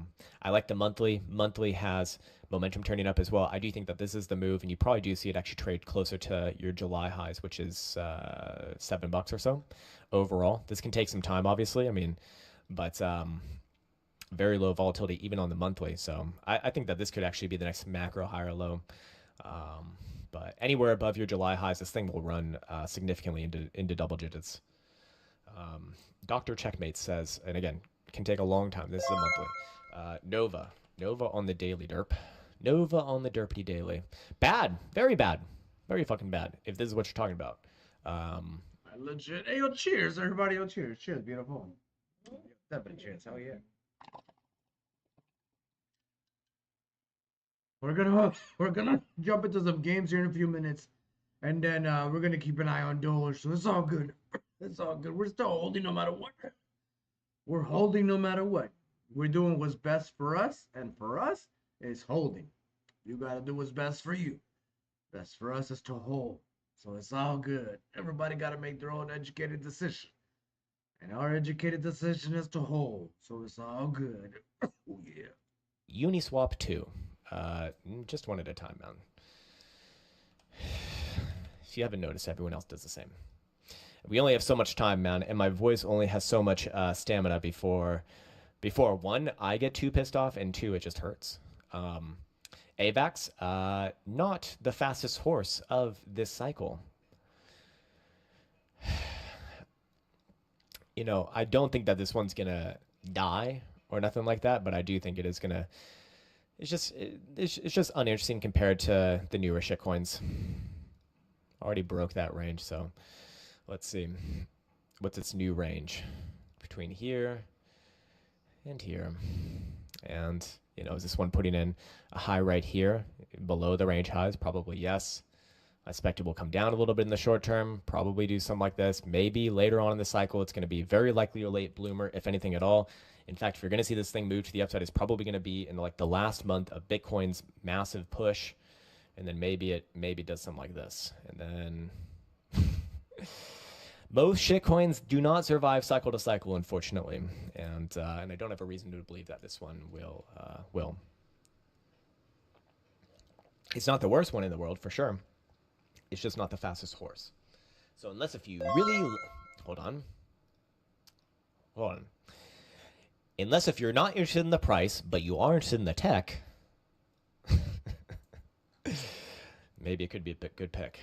Because you want to use your AVAX tokens. My Chuck E. Cheese tokens are going to make me rich. All right, what do we have next? They thought it was a DogeCoin dehydrating. Well, we're going to throw some water so it can hydrate back up, so it's all good. All right, let's compare these charts. I didn't want to mention Hex because then these fucking people are just gonna like. He said, "What about Hex?" Like, holy shit. This one guy got super fucking mad at me for not singing the praises of Hex. So he made a whole thread of shit coins that Elliot talked about. Elliot trades because he's my good friend. He's like, Crown knows Elliot, and Elliot talked about these shit coins which all went down. It's like, how fucking redacted are you, dude? Like, so we might actually come down and test probably. We might actually come down and test the 50 EMA at 1338 because the 30-minute looks like it needs to come a little lower to have a secured lower low on the 30-minute. So, I mean, we might have just a slight fall, but we're still holding no matter what. It might get quick, so, and then bounce off that to continue on. So we'll see if it'll fall to like 1330. let's compare that with the most highly esteemed piece of technology given to us by our Lord and Savior, Richard Hart. Well, the obvious answer is Hex. All right, Davey says, AVAX versus Solana, bottom in or down only? I think we already looked at that one, actually. Yeah. Look, I don't think this one's going to make new lows below your September 2023 lows. I just don't think it's going to be doing anything super interesting to the upside compared to other things that you have access to in this market. Do I think the LARP lines over here could play out? Maybe. But, you know, it's just... I don't think it's dead. I think it's just irrelevant. Oh, sorry. You're looking at AVAX versus Sol. I apologize. I goofed that one up. AVAX versus Solana on BitTrue. Dead. Bottom is not in for something that only goes down. Whenever you see a chart like this, it's better to just assume further to the downside. Yes, maybe at some point it does bottom, but something that goes down and down and down and down for its whole life and it spans multiple years. Like, see, the thing is that when you call a low, you're expecting something like this. That is unlikely to happen. It could make a bottom here and then do this for like years and years and years and then go lower like years later. Let's see, 1,000 is for sure. I'm buying more if it goes down. Yeah, that'd be a good idea. That's what's up. That's what's up. And you know what I realized? That majority of the price when these signals, they don't chill. They don't chill at the edge of the price. They chill more center to the price. And now that I'm realizing this, these were the edges of the price. So when it gets more to the center, that's where it goes. See, like this over here, when it moves, it goes to the edge of the price and then adjusts. And then when it finally finds the center of the price, it stabilizes like this. It goes to the edge, goes to the edge. But if I was the center, same thing here. If I was the edge, found the edge, then here's the center. So it looks like this indicator, we got to understand when we get to the center of the price range, whatever it's at, that's where most of it, the top is. So when we come down here and we have to get to the center, when we get to the center, it'll show us a higher low, and then that's when we have reverted. So on the 4-hour, we may come down and shuffle, to be honest. We may come down and test probably 12.89. We may come down and test 12.89. And then if we get a higher low and it's on the edge of the price, we know that it needs to scoot over at least to the middle for it to keep progressing upwards. If it doesn't, then we're going to keep going to get to the center of the price. So now that I pay attention to that, we're going to pay more attention to that. So we'll see if this spawns a higher low, it is still on not center of the price of the price action. It's more still towards the edge. So that means it has more scooting to go and could possibly go lower. That's another analysis that we're going to actually look forward to. So when we move on, and good thing we are doing this now at 13 cents instead of when Dogecoin is over dollars and multiple dollars. I'd rather have this information and understand this information now and take advantage of it when we sell our bags at a dramatically higher price to benefit when we buy at a lower price. That is good strategy. So now we're gonna see if we get a higher low significant here, then we know that's still towards the edge and it needs to be more centered, and we might go a little lower. So that's good. We gotta see if that 4-hour spawns a higher low. So let's see what happens. Let's see what happens. I'm excited to see what happens. But like I said, I'm glad we're doing it now instead of when Dogecoin is dramatically higher and we really don't understand. But now we do understand. So it's all good. It's all good. It's evolving with the trade and evolving your strategy, which is good. We have a chart here from September. I don't have a real analysis on this. Matty the Batty. TJ says, "Hi sir, can we do Tin Hat Cat on Spooky Swap?" Okay, I have my doubts that this is on TradingView, but let's see. Tin Hat Cat. It's on TradingView. All right. It's on Phantom. Going deep into the shitcoin drawer today. Sure, look, again, high quality top signal right here. I do think you will be trading sideways and down for a while, but probably, you have a lot of room here for a higher low, but it could come down significantly. Some, maybe somewhere around like 40 cents or even 30 cents. There will be bounces along the way, obviously, but this thing, yeah, I do think it comes down a little bit lower. You try for a low in like the low 40s, which, it actually got pretty damn close to already, to be fair. That's where I'd be looking for at least a bounce, and I'll tell you where I get really fucking bearish on it would be below 35 cents on a daily closure, but not much of a chart here to be going off of. In fact, actually short term, I do think it tries to bounce relatively soon off of low 40s, like maybe 42, 43 cents. Maybe a bit of hopium.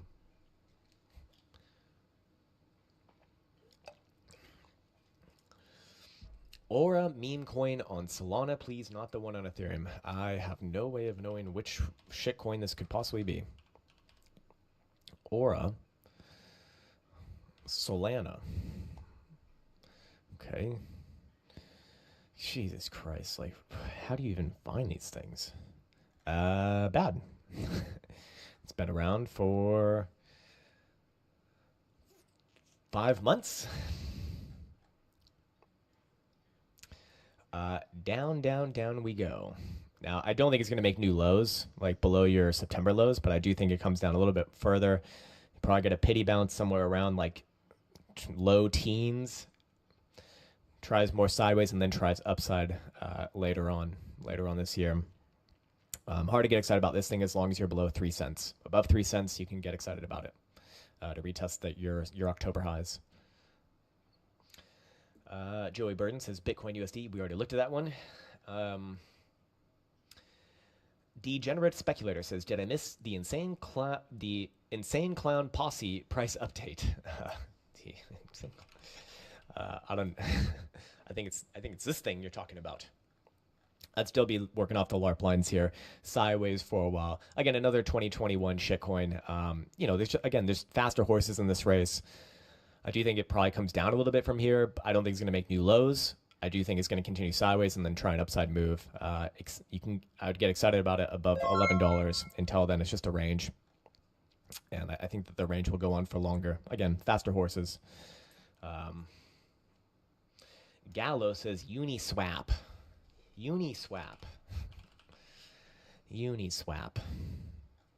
Bad. 2021 shitcoin didn't do fuck all in the bull market of 2024.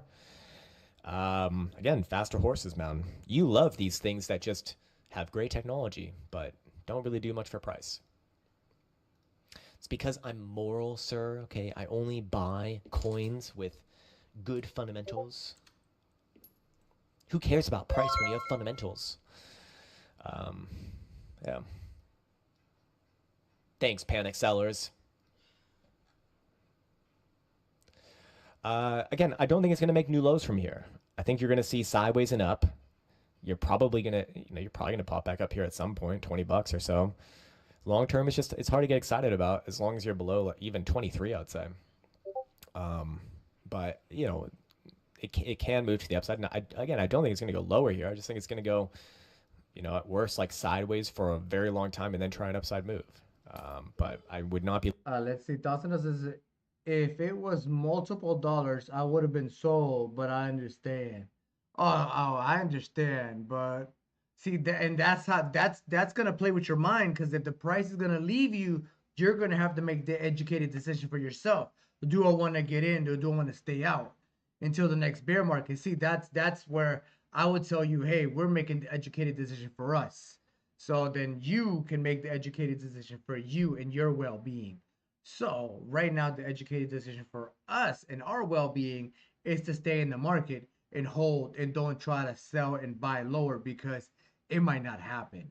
Especially on the stock RSI, we are low. We are extremely low on the stock RSI.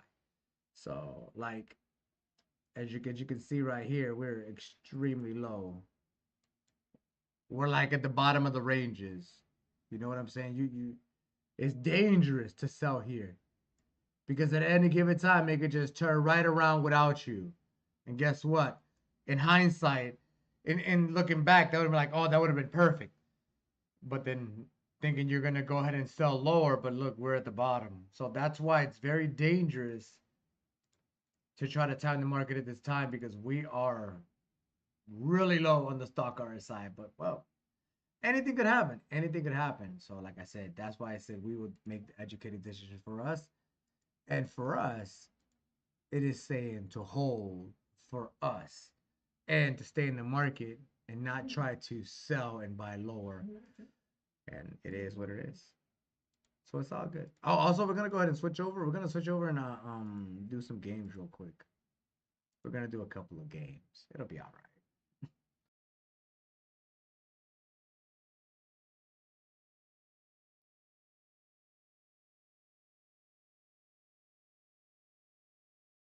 Want to see if we can get back into plat.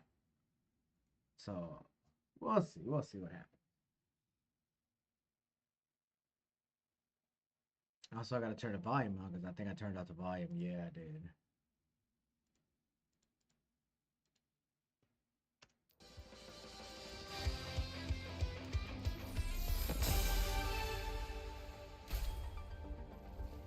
Sorry.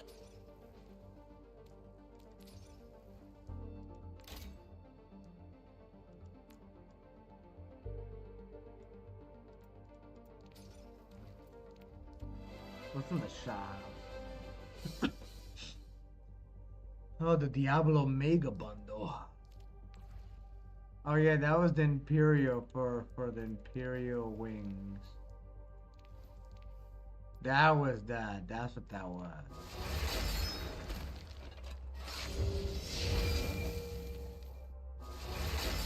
Why that looks like yeah, that's good, but no, it's not now, hell no. They'll come back in more form, so it's all good.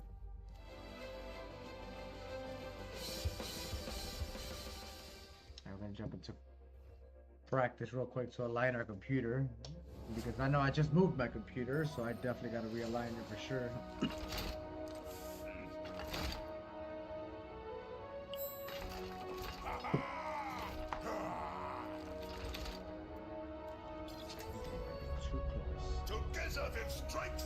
Also, sorry if I. Oh, what the hell?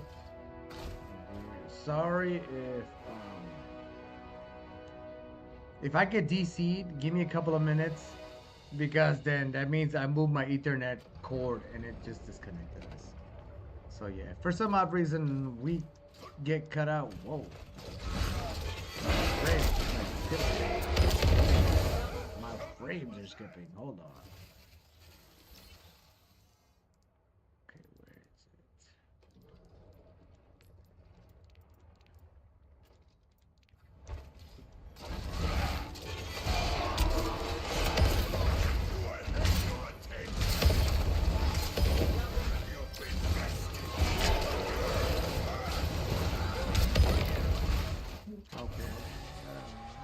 Feel right. It feels weird. Let's see. 1,000 of those win for a surprise for sure from Doge perspective. Yeah, we're a surprise, but I'm in it for the ride. I'm in it because I know we're gonna be in dramatically higher prices, and that's all that matters. That's all that matters. So just like last bull run, everybody thought DogeCoin was over, and guess what?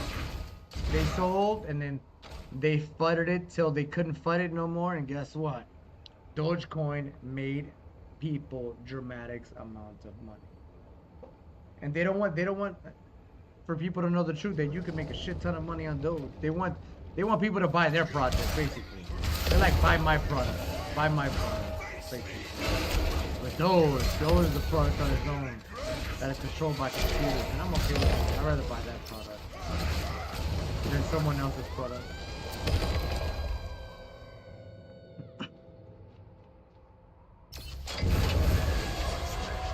I'm excited.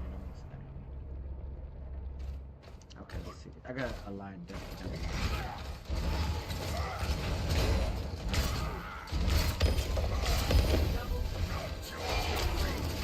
I'm just jumping around to see how my mouse moves. If it feels weird. It still feels weird. So I gotta go this way. Make it a little more loose.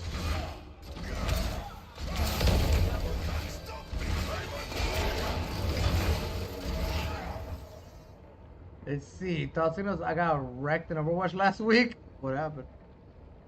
Are you playing comp? Yeah, it's a lot of mathematics. That's why I love Overwatch. Overwatch is one big math game. Basically, angles and everything, positioning, timing, cooldowns, everything. I like using that character with swords. Which one is the missing sword? Oh, Genji. You talking about this guy? I gotta align my computer still. Is this the guy you're talking about?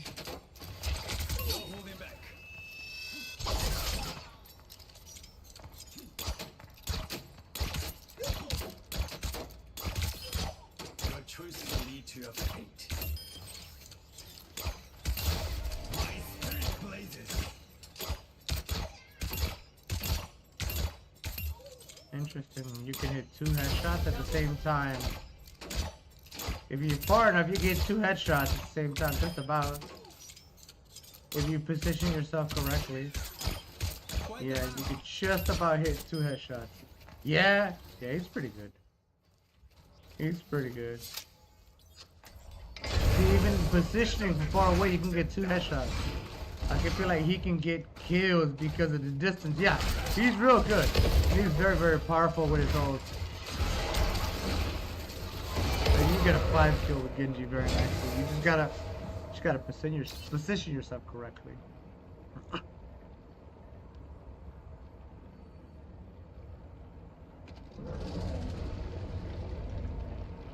Make sure y'all stay hydrated. Hell yeah.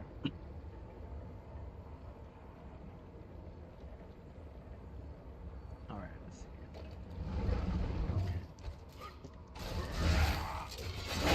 Oh, this feels more centered.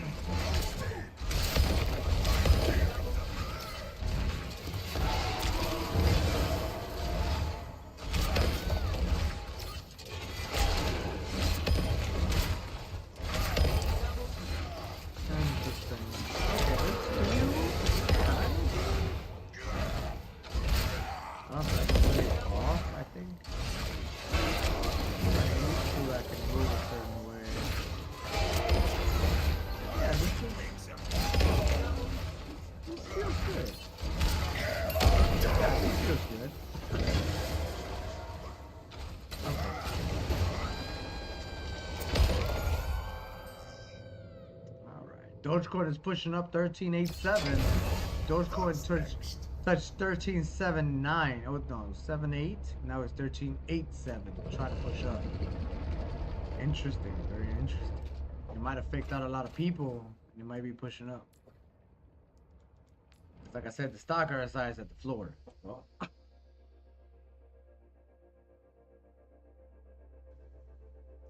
hopefully we don't lag. Hopefully everything is good. Let's see. I'm gonna start uploading videos in a little bit. I don't want to do it right now and see if that was the issue. Man, it shouldn't be the issue, because we've uploaded videos while we were gaming and it was no problem. And it has to be like the area. All right, let's give it a try.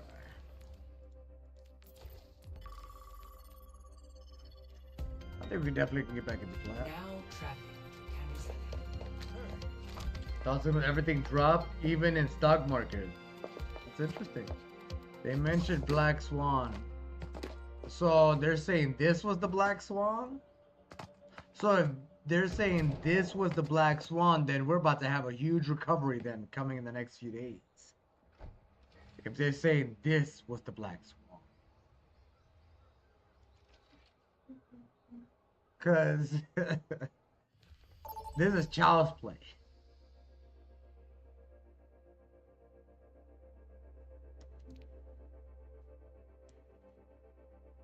Oh, game found. That was fast. Oh, we got a Genji main, we got a soldier main as well, we got an Ana main. Oh god.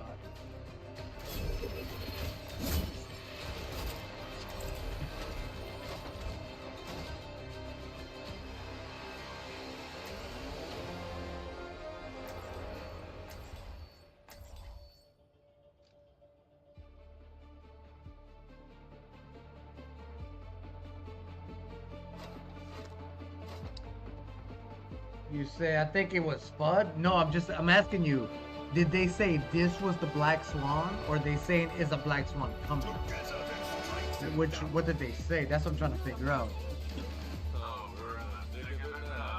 DogeCoin's turning it up, 13.91. About to be 14 cents again. Look like that might have been the test of the bottoms. 13.79 might have been the test of the bottoms.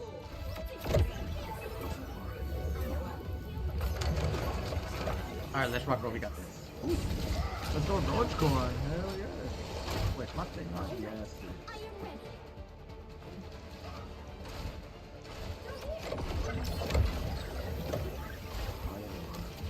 Oh, they said it's coming?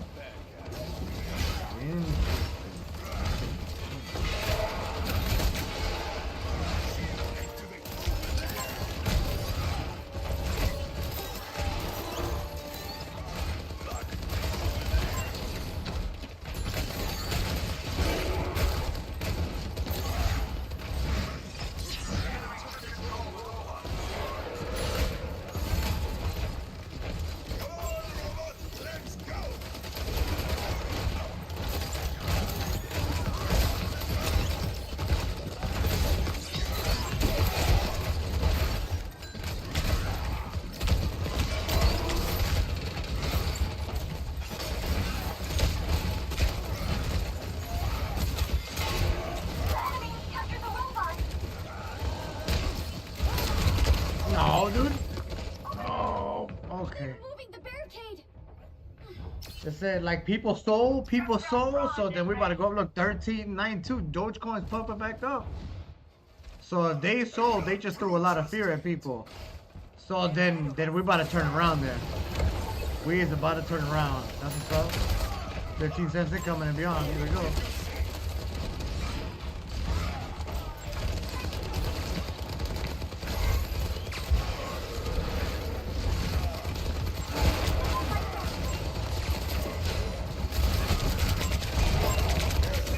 Damn that soldier. That Dogecoin's pumping 13.92. What's next? Okay, let's go. Can we see 14 cents? Gotta be. They've taken possession of the robot.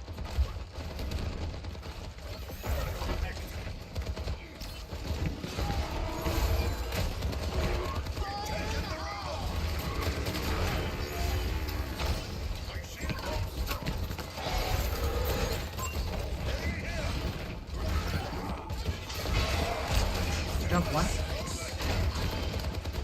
Did it? He lived? It was 1 HP that bomb did? Where'd Soldier go?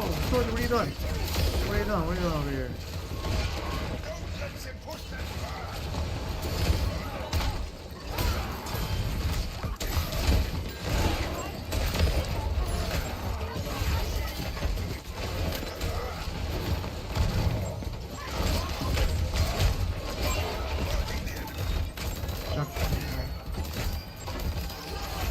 Whoa, my mouse is messing up.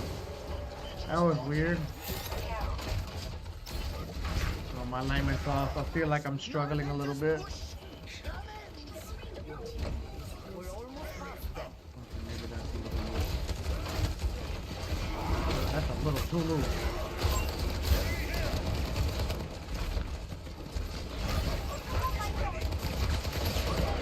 Right back up here, too loose.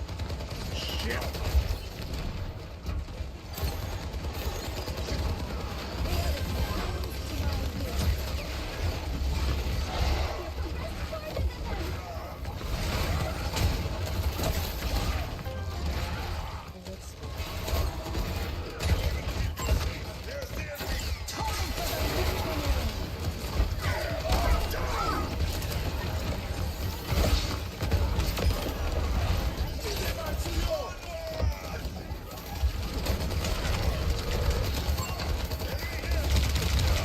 Damn!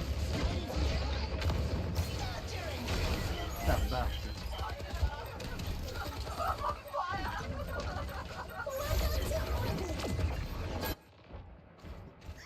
I've been knocked down before. Many thanks. It doesn't feel right.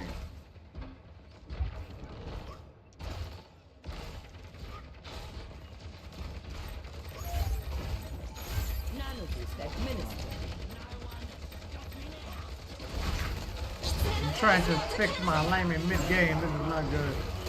No, dude, you should have backed up. Well, he probably didn't know. Squishy soldier! They took him from us. Squishy soldier. Damn. They went Orisa? Bash? Well, they already have Bash, but they went Orisa? What's bum? You're right. It's a momentum and a calculation of time attacks make the better player this game. Yeah, it is. It's literally one big ass math equation. That's why I love this game. In real time.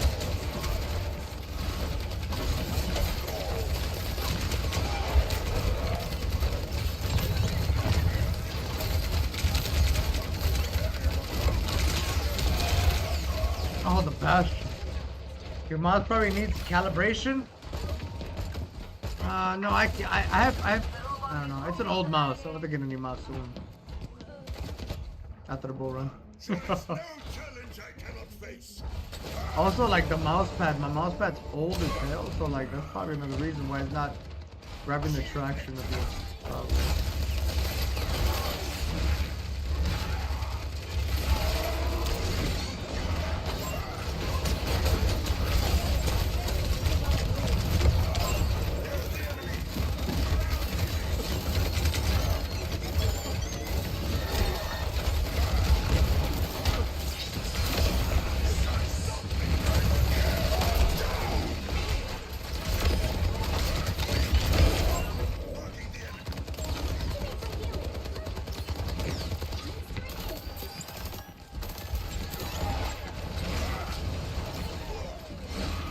That was crazy.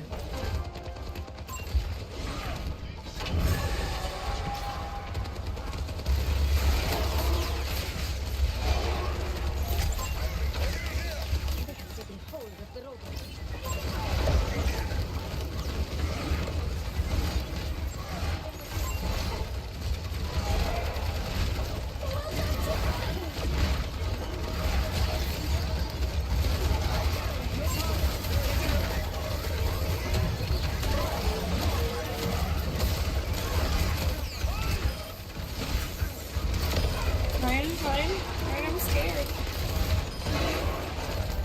Okay.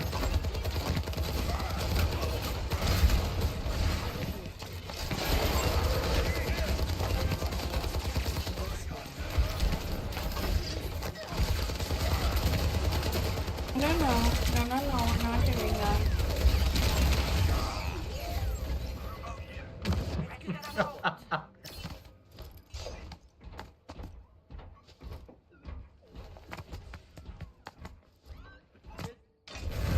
My journey continues.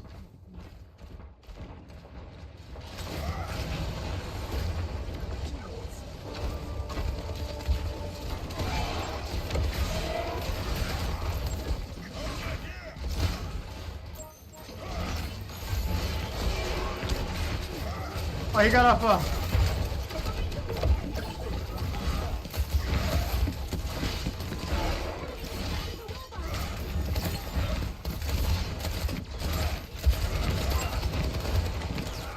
Later, fool. Have a great day.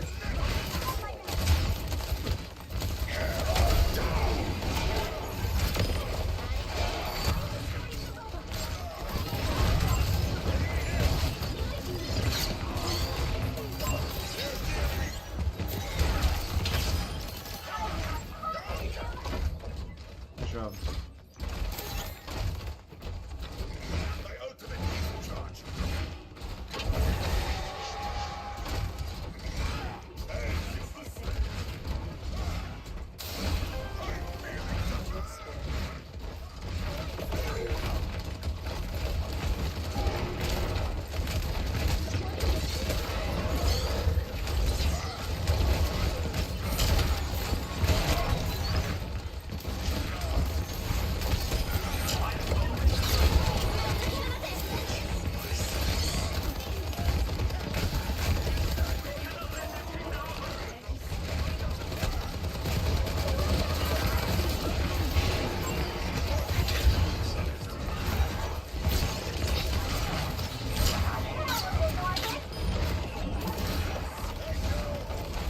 All about timing, see? I knew it wasn't a great time to push up, back out. And they pushed in. They should have backed out.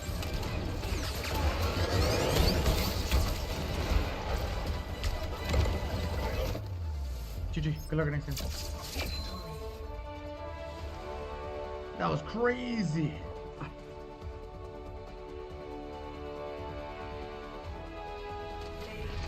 Oh, I played the game. DogeCoin at 14 cents. Let's go DogeCoin. Yo, they scared everybody out of the market. See, you always want to hold when they tell you it's about to end. You always want to get out when they tell you it's gonna moon. They haven't told you, yo, we're going higher, we're going higher. There's no of that. It said it's over. So guess what? We're going up. You always invert what they say. So if they say we're about to crash, that means, guys, we're about to move. If they say, guys, we're about to go up dramatically higher and higher and higher because they're going to feed you that dopamine that you need, you better get the hell out because there's about a crash coming. So yeah, look at 14. Yo, 1402 DogeCoin. Look, we touched 1379. And DogeCoin was like, oh, hell no, we're turning around. Okay, let's go. That's what's up. The next 4-hour candle spawns and the next will be printed in the next hour and 36 minutes. DogeCoin broke over 14 cents. Let's go. And it's testing the 20 EMA as we speak. Let's go. Let's go, DogeCoin. All right, cool. We're back in Plat 5. We made it back to Plat 5. So that's legit. All right. Level 208. We made it level 208. That's pretty good. That's pretty good. That is pretty good. That was badass. Alright, legit. Alright, so we are 1-0. That was pretty good. Alright, we're 1-0. Alright, legit. We're gonna stop the recording, but we're gonna keep streaming. Alright, we're gonna keep it going. Make sure you like, comment, subscribe, and share. We'll see you at the next episode of ReinHardt's Madness. Yeah. Take it easy, buddy. Later. Yeah. Alright, legit. Oh yeah, do you hear him? Yes. Oh my god. I'm gonna check on him real quick. Yes, those cute little cattles outside. They're going crazy out there. They're going crazy out there. Did we just get wrecked? Hold on. Okay, I thought we lost connection completely. I was like, what? Alright, legit. Alright, 1 second, everybody. 1 second. We're gonna jump into another one. DogeCoin over 14 cents. Let's go. Hell yeah.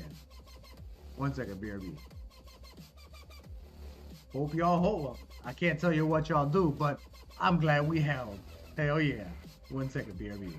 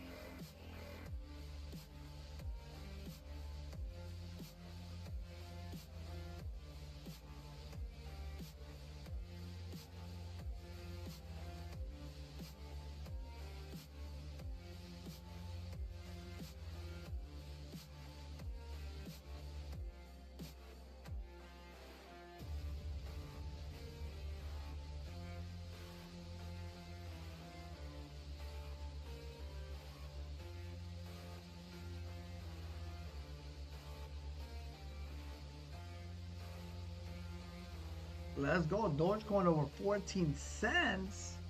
That's what I'm talking about.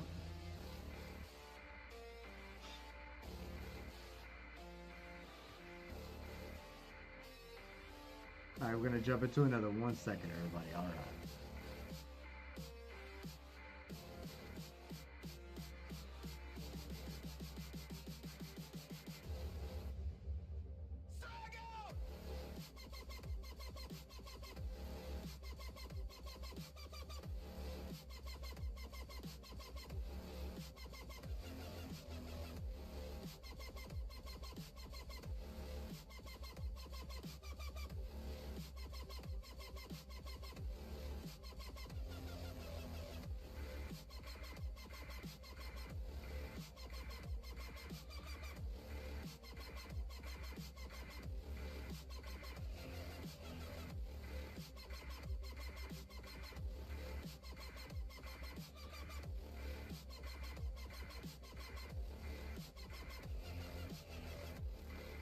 Let's go DogeCoin 1404. Let's go.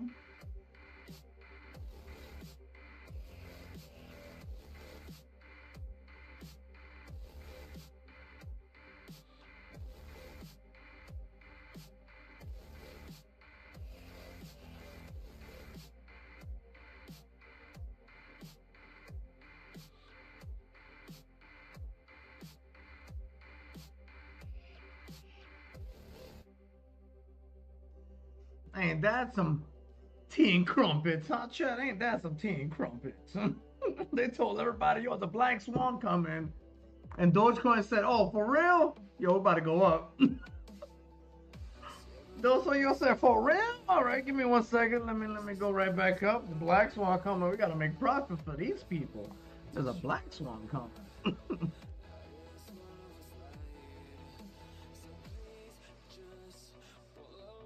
That's legit. DogeCoin said bet. Make sure y'all stay hydrated. That's what's up. That's why you don't listen to the news. Oh, there you go.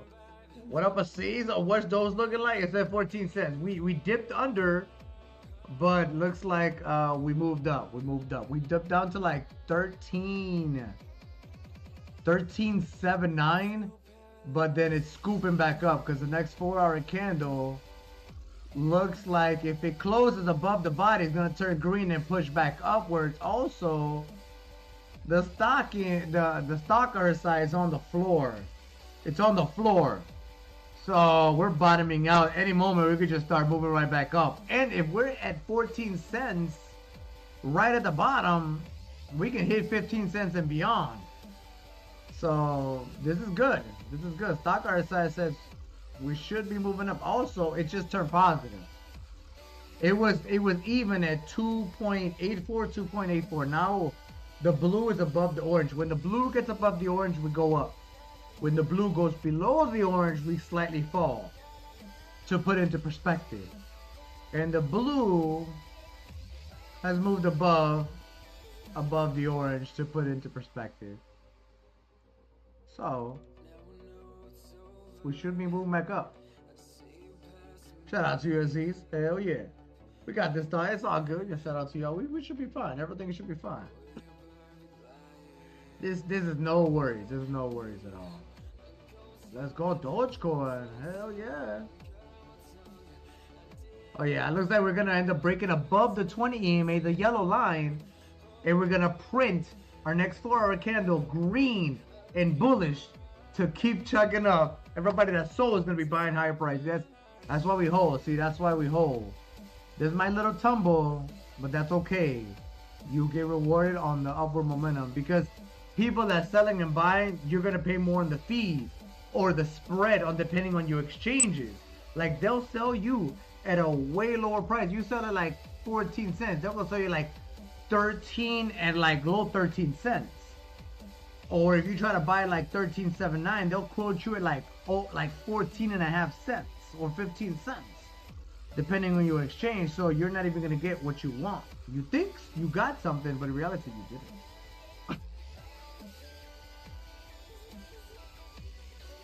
Just the way they manipulate you as well.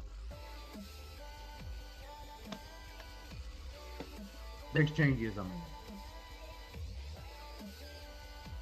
Yeah, everything is good though. Everything is good. We are pushing back up though. We are pushing. Doge is pushing back up, and we won our first game. So hey, everything's turning around. Look at that. We're back in Plat 5. Yo, look at that. That was crazy. Yesterday, look, yesterday the stock market dipped. The crypto dip, even our rank dipped. We had support today, recover, and we got back into Plat 5. What, are we living in the Matrix or something? Everything's correlated? Even our rank was correlated to the stock price and crypto price? So what is going on here? Is everything truly correlated here? What's going on? Even our rank? Alright, then during the bull market, we should get into Grandmaster because we should get over 1,000% of return. So let's get into Masters and Grandmasters then during the bull run. All right, that if everything is correlated, we should skyrocket in rank as well. all right, we'll test this theory out. Everybody did really good. Everybody did really good. Oh.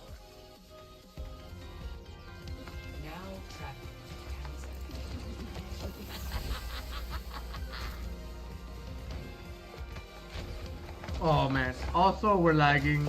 Sorry, we just dropped frame. We went red.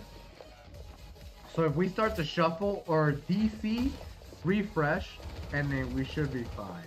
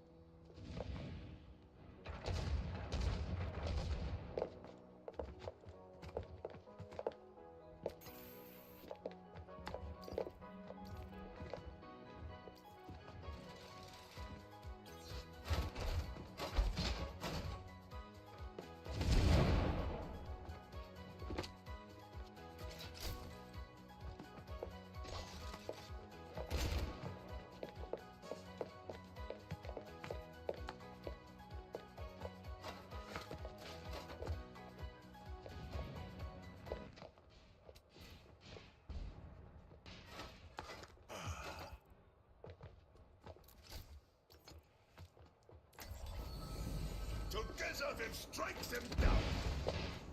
Hello.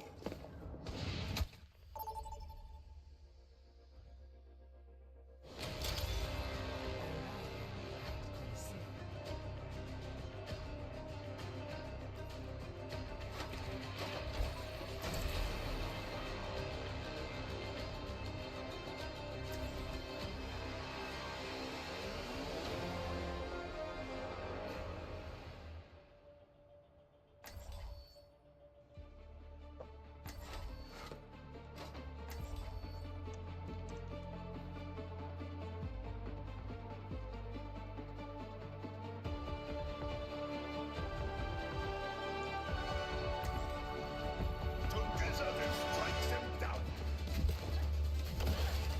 ReinHardt is the name. Glory is the game.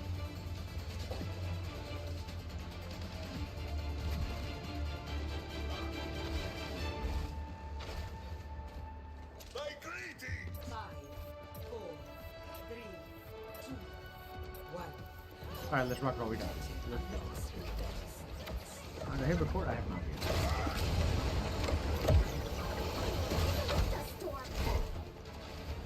I will keep you safe. Enemies approaching.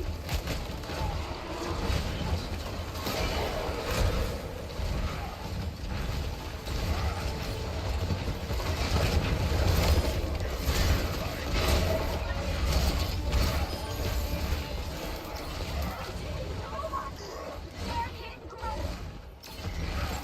Over here.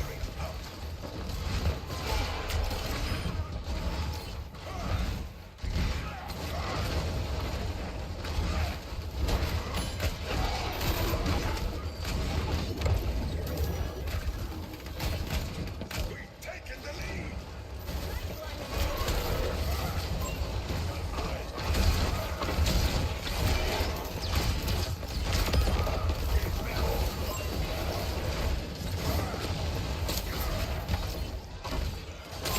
There's the enemy.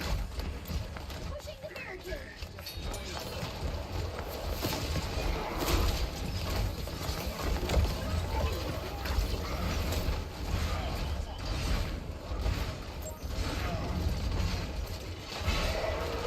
I don't think I should have jumped down.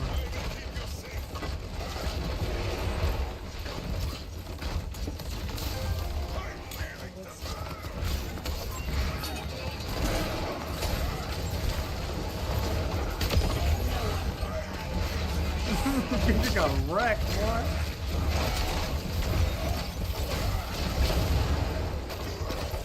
Oh, the mate.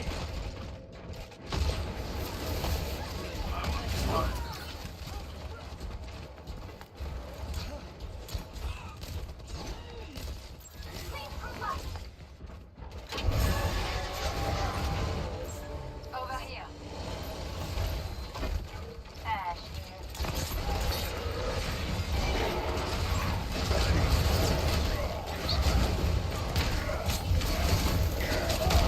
Dang. The enemy is pushing their barricade. Oh, he lost his shatter.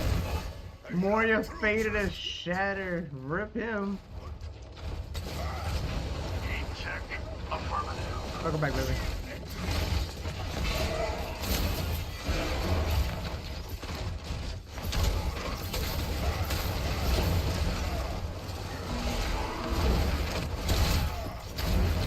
Getting bullied by the fucking May and Ryan.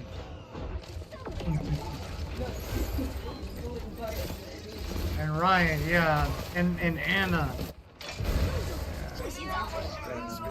Yeah, their team is staying together. My team is not. I don't know what's going on. They're holding the barricade. I will keep you safe.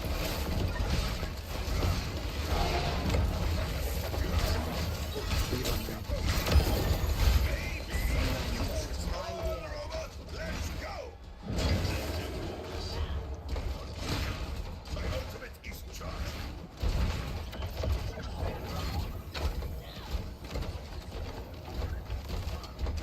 Nice.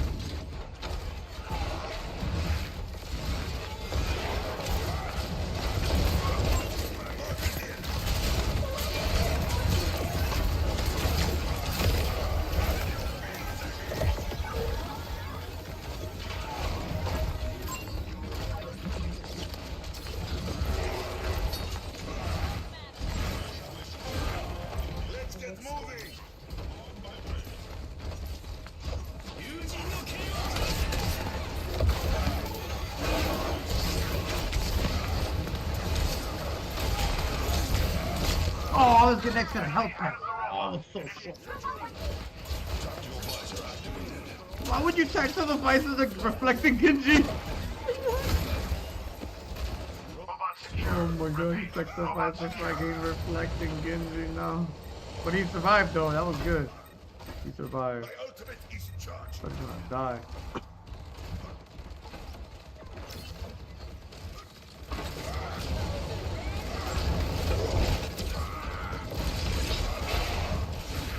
ReinHardt.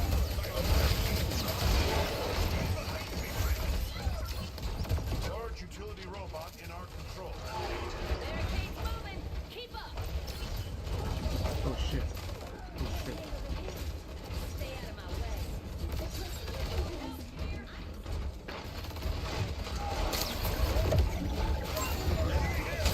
Oh, I got slipped. Suck. Shit, I'm screwed. Oh, what? 3 ults? Yo, 3 ults for me? Damn, what? Nano, Blizzard, and Coalescent just for me. Just for I feel honored. I feel honored. Jeez. Back in control.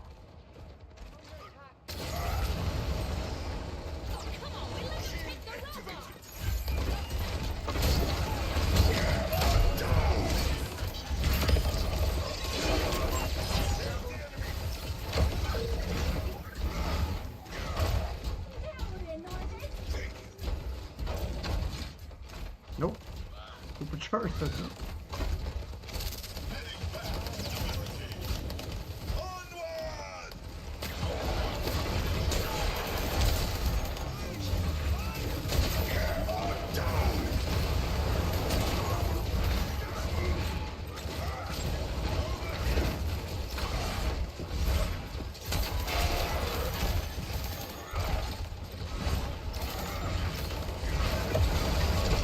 Now we beat him. Now we beat him. We're being dumb.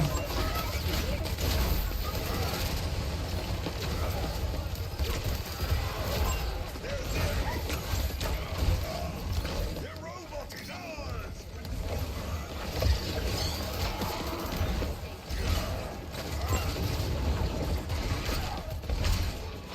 Where you going, Moria?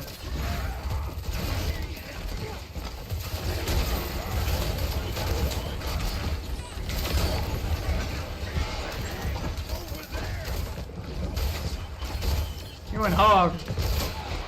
What a bum.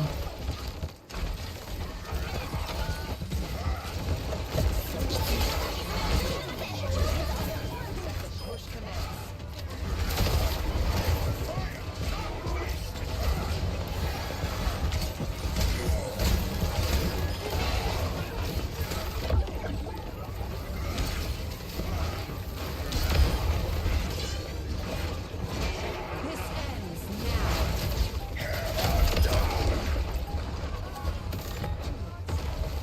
GG. Good luck in your games.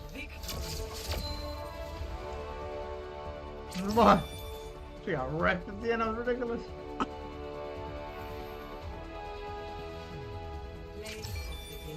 Nice job. Let's go. DogeCoin 1405. About to hit these 1406. Let's go. Let's go. 1406. Alright, that's a shot. They flooded everybody out of the market. That's funny. They flooded everybody out of the market. That's hilarious. Man.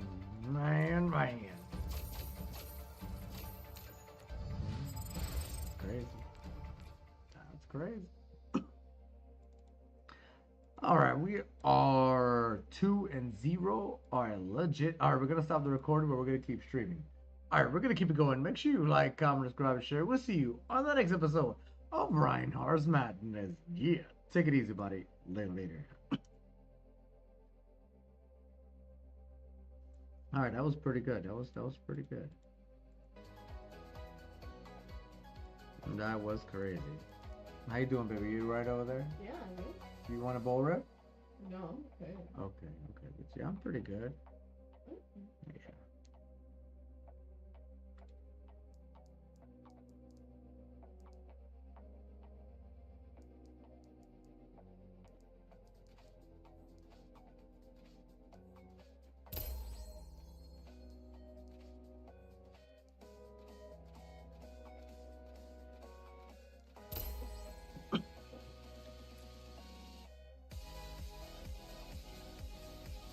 I can't believe he switched. Oh, that's fine. It's like, he was right in the beginning. And he thought he could. We 1v1. I kept wrecking him on 1v1. And then he switched to Roadhog. And then after that, he got wrecked. And he ended up finally switching to Magua. And Buddy ended up losing though. Yeah.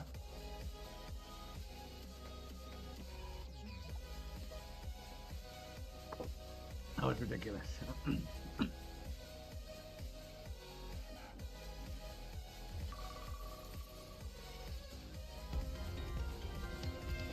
tracking.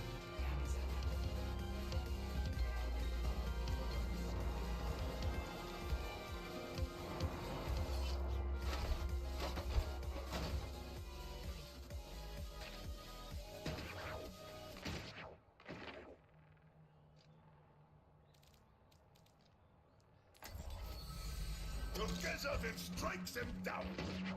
Hello, hello. Hello.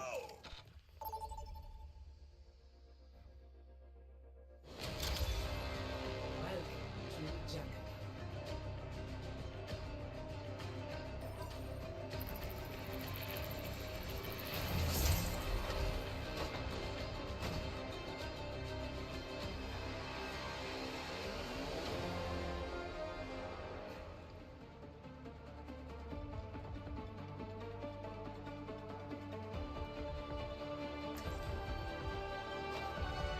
Together then strikes him down.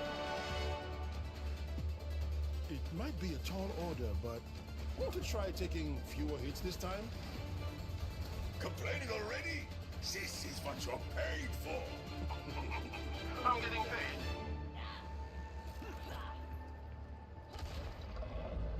Who's ready to have Hell some yeah. fun?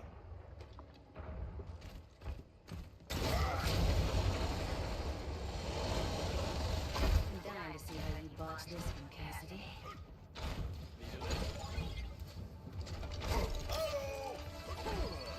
Alright, let's rock and roll. We got this. Attackers incoming.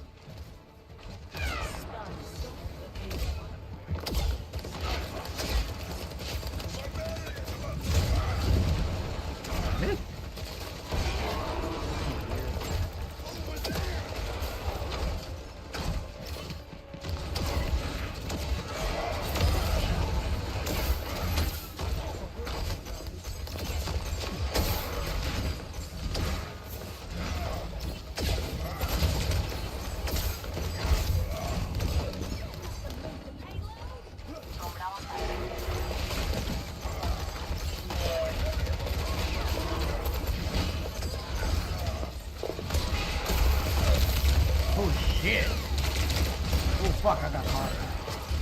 So thank you.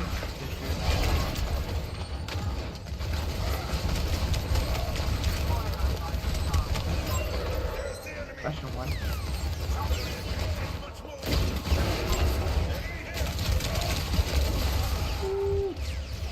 Get them off the payload.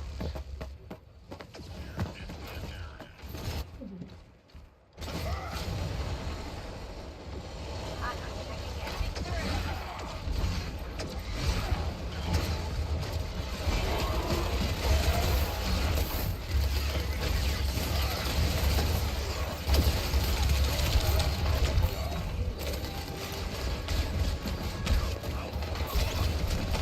Aww, that was dumb. Charging.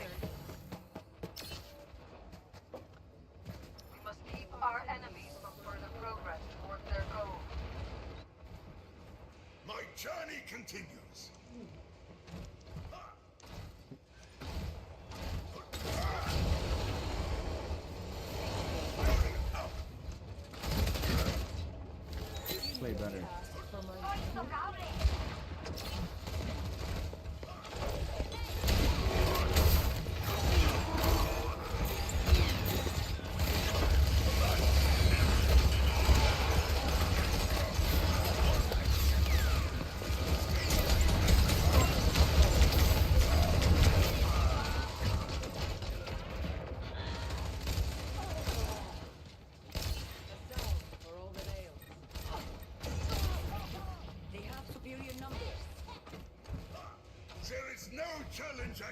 face.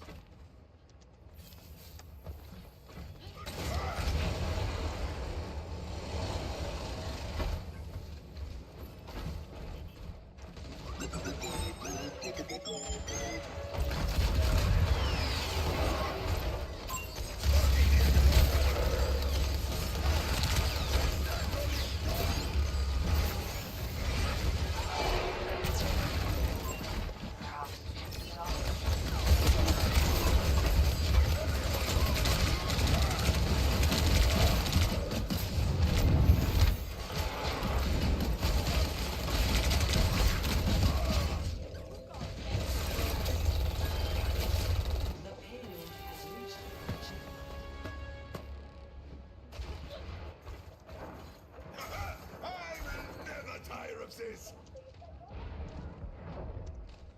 Are you senseless? Eat. Building the payload.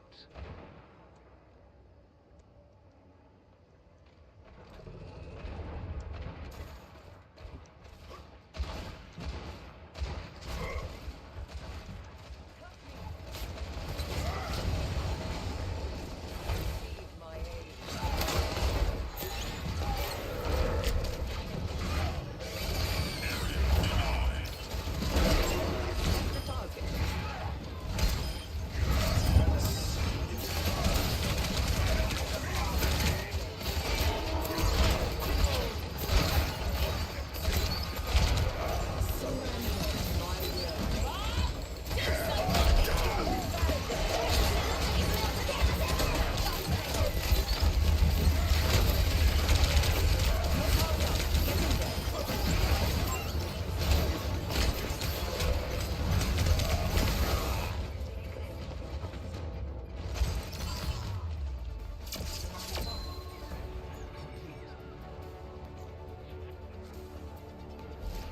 Score 0-3. Switching sides. Prepare to attack. Select your hero.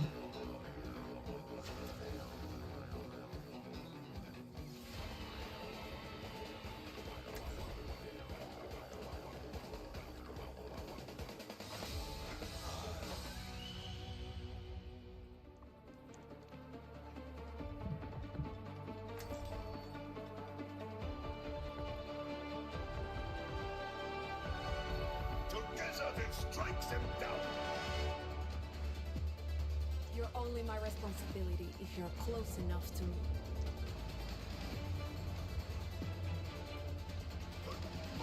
I've never been more ready for adventure.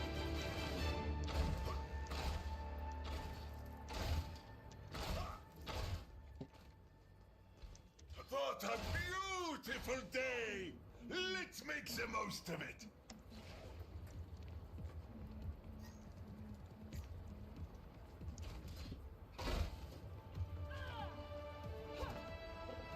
Five, 4, 3, 2, 1.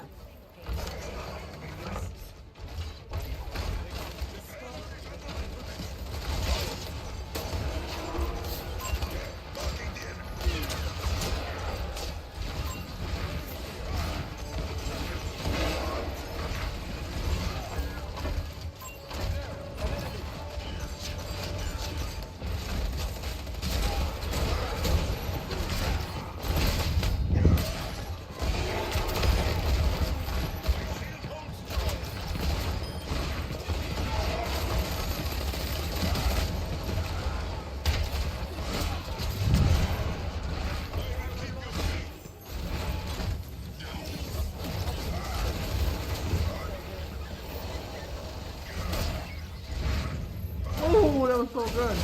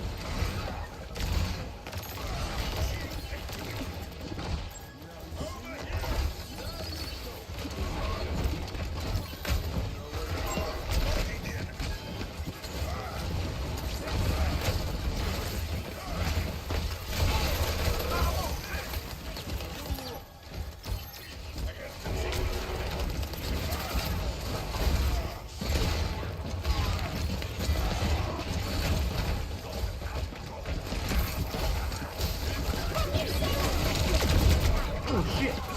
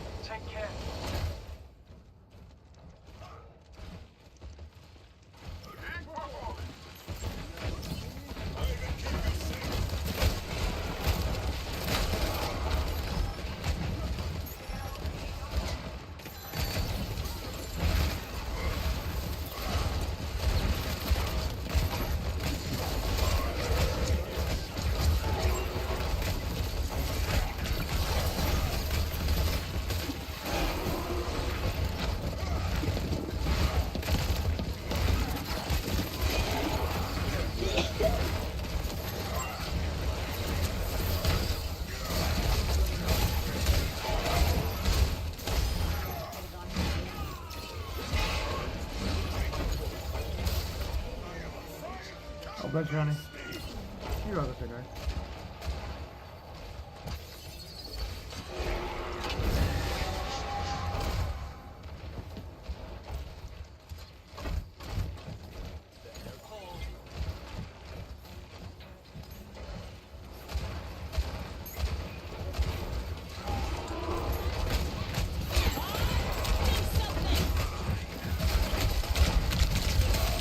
Give me a shot.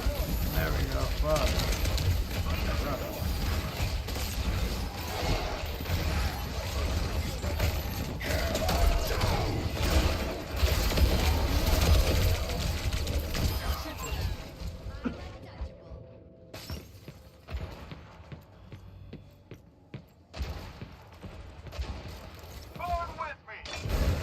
At least I took a lot of them with me.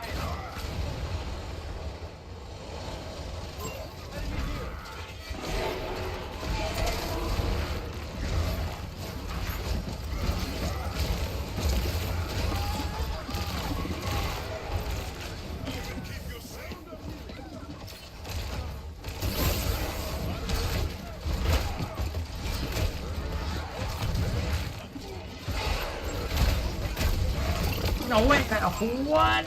No, wait, it's what? Deliver 1 HP, I couldn't kill him, that was rough.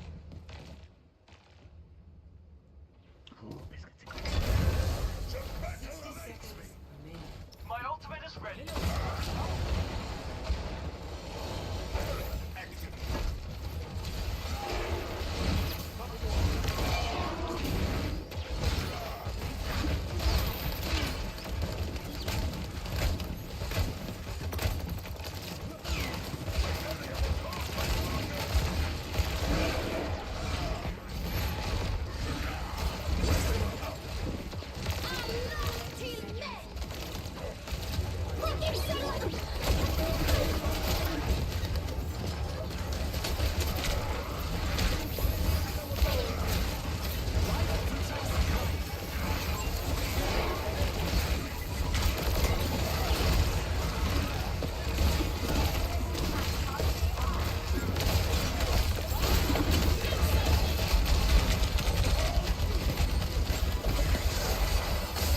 No, dude! Oh my god, yo, Life Weaver pulled me off. Oh man. Life Weaver just pulled me off. I was thinking, okay, he's gonna let me lay on there. No, man. I guess he had the pedal ready for me to go up. Oh well, that's not good. But that's crazy. We're dropping frames. Why do we always be dropping frames on this time? This is ridiculous.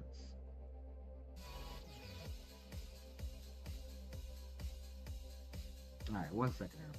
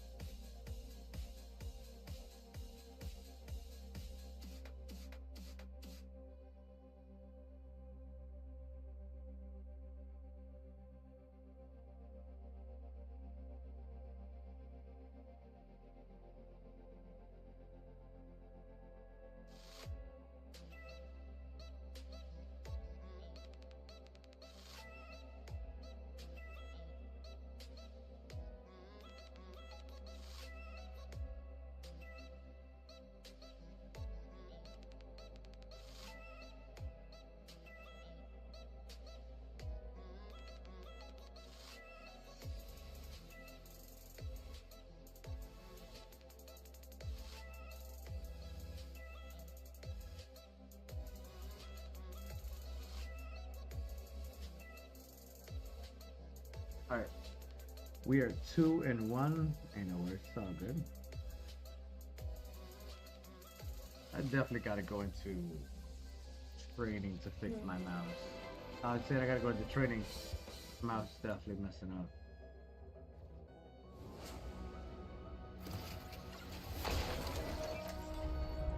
Together it strikes him down.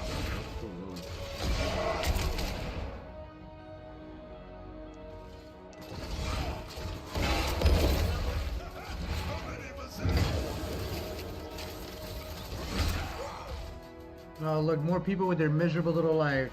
People with their miserable little lives. Get out of here, fool. People with their miserable little lives. Crazy.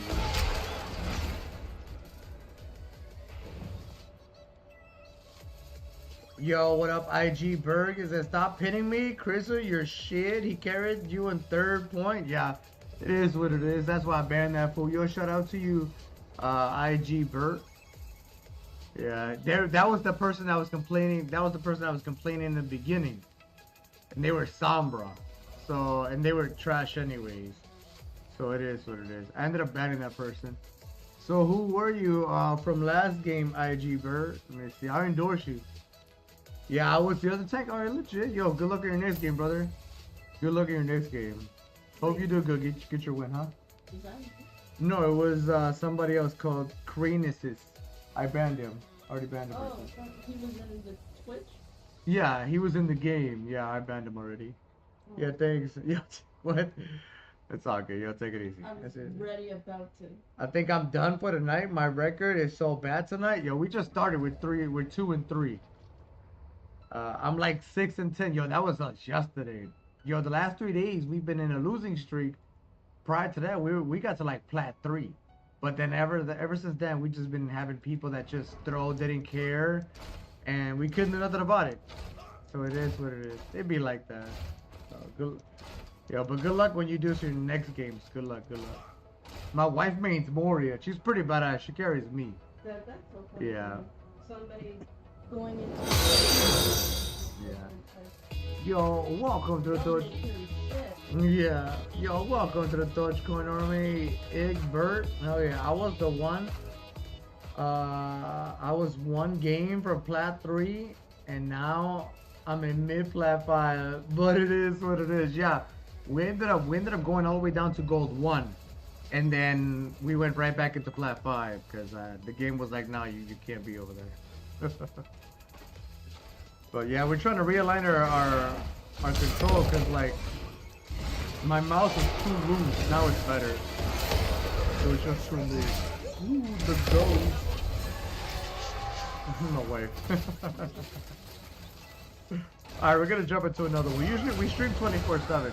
Unless we're dropping connection, like we're dropping connection now. Yesterday, we couldn't even keep connection because I guess they were doing some crazy thing in our area. So our connection was dropping like crazy. So, it was ridiculous. We couldn't, like I said, we couldn't even stream. But we're trying today. Slightly dropping frames, but hopefully it stops. Hopefully it stops, and we're fine. Also, we stream daily. We stream on Twitch, YouTube, and X.com. All under Dream Tanks TV. Yeah, we're definitely slightly dropping frames. Well, hopefully it gets fixed. Alright, let's jump into another. Also, if you come back and see charts, it's because we took a break over here eating, or it'll say sleeping over there and we went to sleep. Because we're also investors in other people that come and check the charts because they're also investors as well. So we've been in the market since like 2020, so it's a pretty badass market. You gotta have patience for the market. If you don't have patience, you'll never succeed in the market. Patience is definitely key.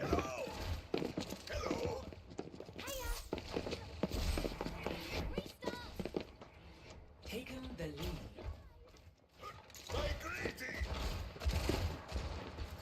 Let's go DogeCoin, hell yeah. Alright. I'm probably gonna take a bull rip before we jump into a game. Alright, we're green now. We stopped lagging, so that's good. That's good. Appreciate y'all sticking by. Hell yeah.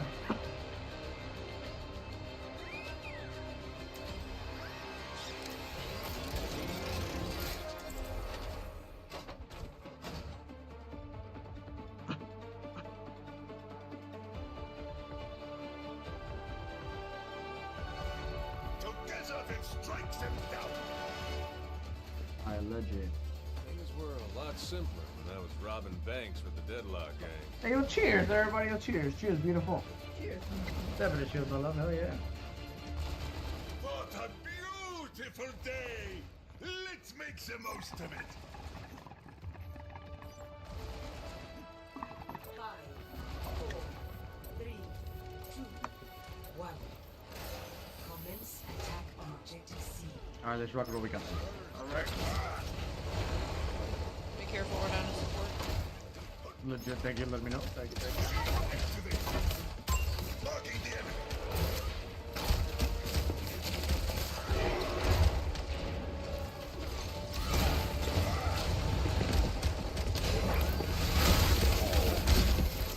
Do one to Up there, one. up there.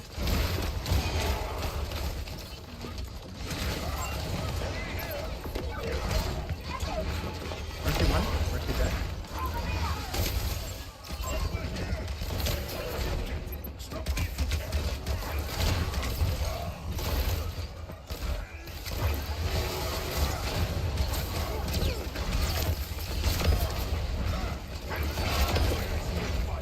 Good job.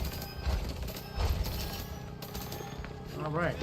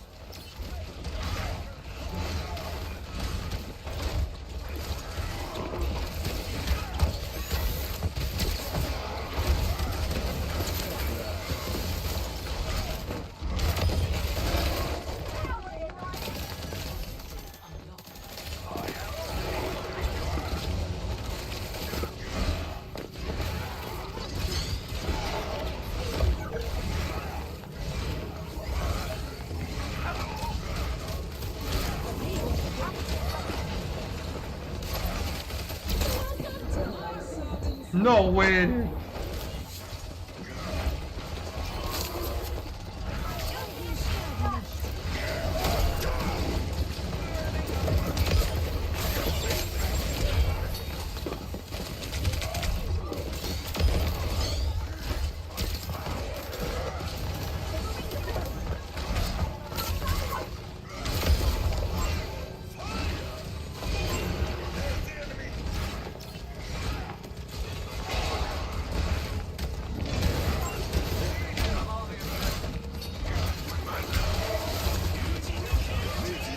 Wait, what?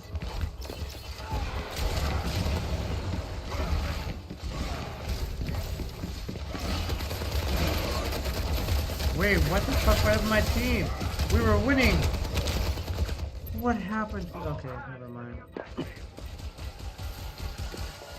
Like we had that. Why they backed out? Okay, okay, that was good. Someone touch. Someone touch. Someone touch. Someone touch. Someone touch.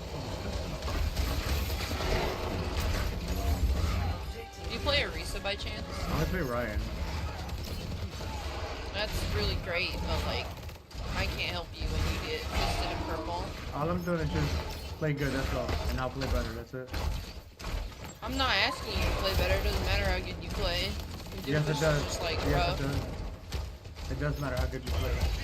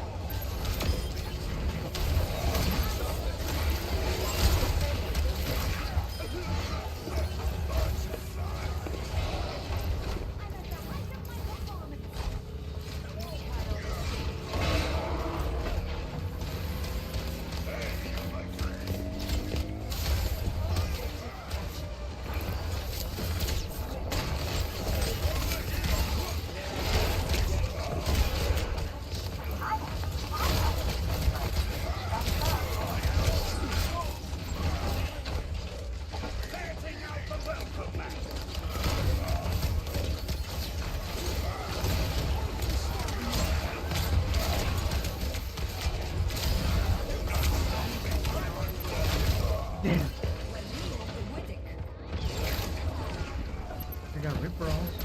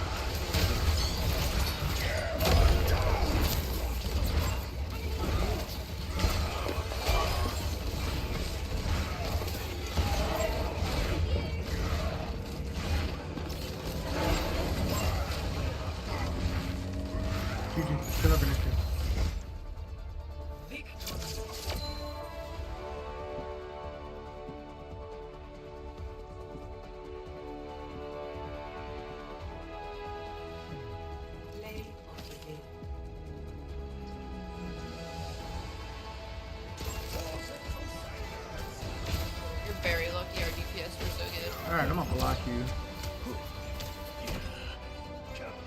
Trash ass person.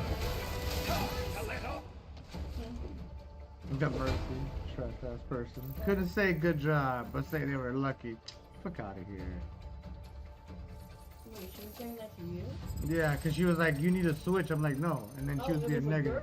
Yeah. Okay. And then when we won, he's like, oh, you're lucky DPS. No, it wasn't. Shut up. Get out of here. That Mercy needs to shut up. Yeah.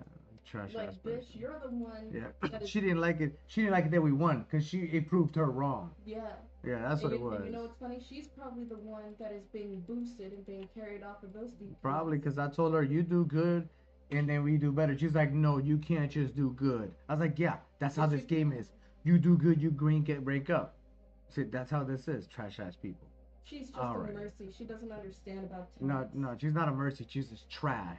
That's it. She doesn't want about mercy. She's just trash. Yeah. That's all that is. All right, legit. All right, we're gonna keep it going. All right, so we're gonna stop the recording and we're gonna go ahead and keep streaming. All right, we're gonna keep it going. Make sure you like, comment, subscribe, and share. We'll see you on the next episode of ReinHardt's Madness. Yeah, take it easy, buddy. Later. Okay, legit. All right, sorry we're slightly dropping frames. Still, I'm telling you, this area is like making us drop frames. I apologize. I don't know what's going on. Let's go DogeCoin over 14 cents, 14.02. Let's go. So I'm talking about everybody that sold at like 13.79, 13.69. Yo, those people are buying higher as we speak, or they're gonna be buying higher after we move up dramatically. Let's go. 14 cents was pretty good size. Pretty good. Let's see, the next 4-hour candle spawn it's about to be printed in the next 38 minutes. Let's go DogeCoin. Make sure y'all stay hydrated.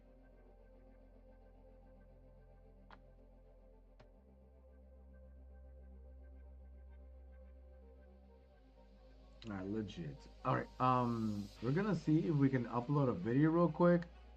And hopefully it does, like I said, hopefully it doesn't just destroy our internet. So 1 second.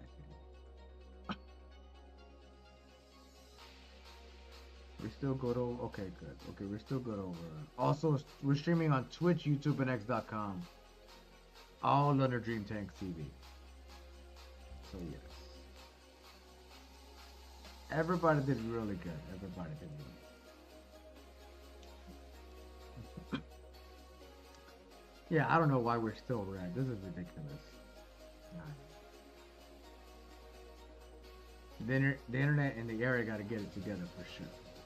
They got to get it together.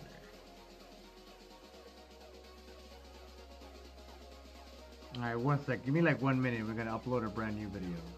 On YouTube side. Video number 45 of season 13 ReinHardt and Warrior Madness. Alright, 1 second everyone. Good luck in y'all's games if you're going to do any games. Good luck. Hell yeah.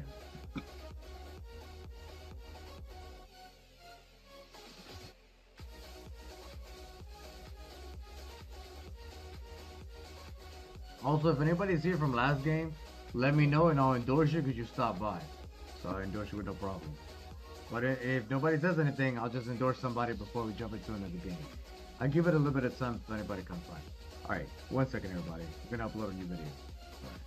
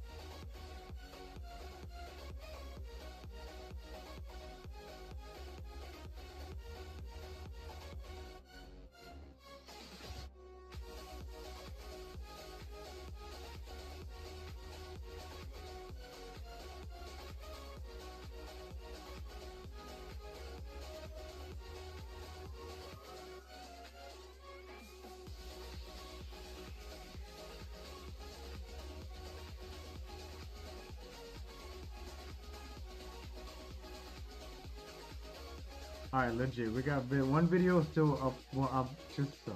Holy, I can't speak. G-bus. We got one video uploaded right now. Legit. Let's go DogeCoin. All right, let's jump into another game. Yeah, sorry if we're slightly lagging. I apologize, everybody. All right, let's get it.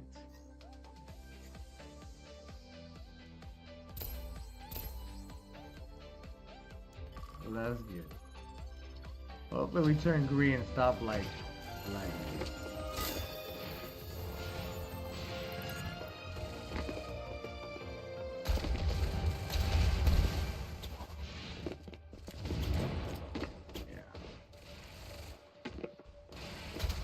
Sorry we're like skipping frames because I see we are dropping frames. So yeah, that sucks. My bad. Hopefully they fix it in the area for real.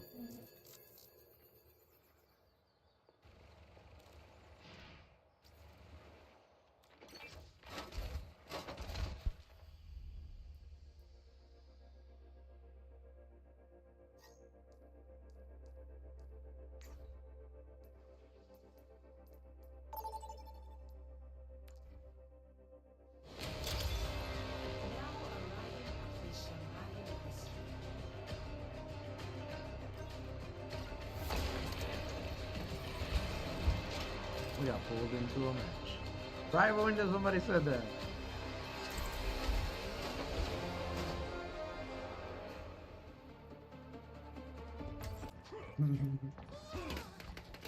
Rob any trains in your day? Okay, so we probably got wrecked. When I try. You're supposed to stop them first. I do stop them. I think my problem is that I stop them a little too hard. 5, 4, 3, 2, 1. Sorry, our internet's dropping like crazy. Alright, let's rock what we got. Apologize, everybody.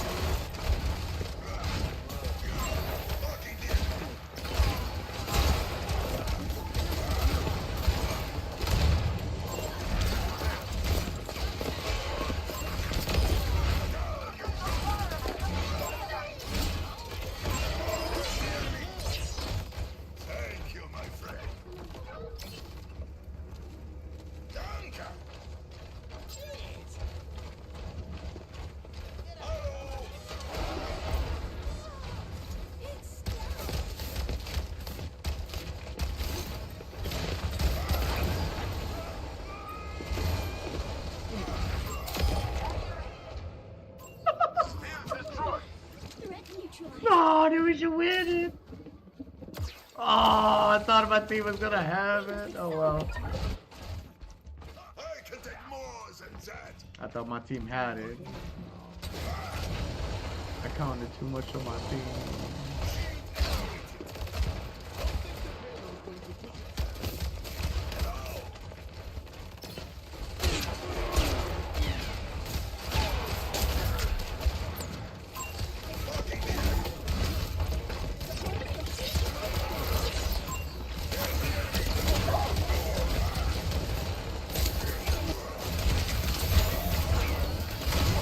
Damn, I missed Deanna.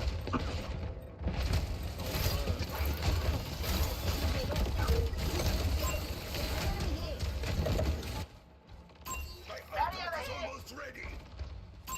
Enemy over here. Let them out.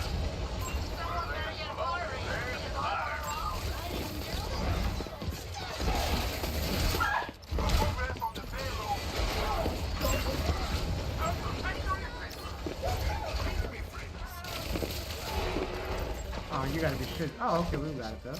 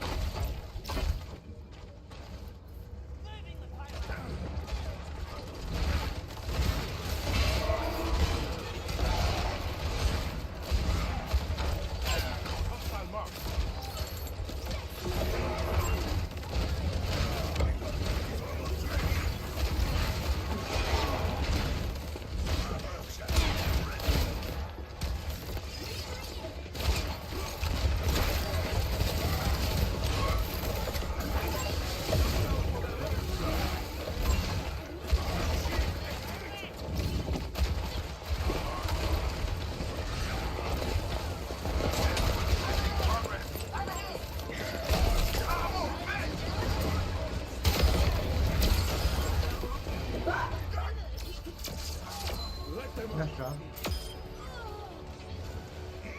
I got that mercy at the end. That mercy child like duck out of the way. I was like, hell no.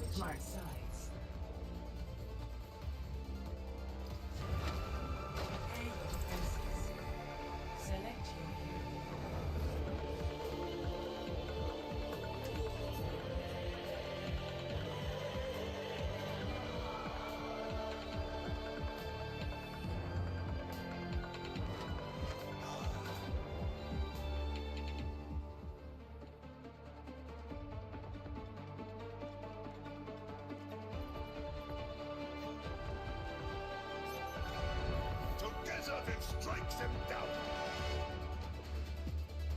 I'll protect you, friends.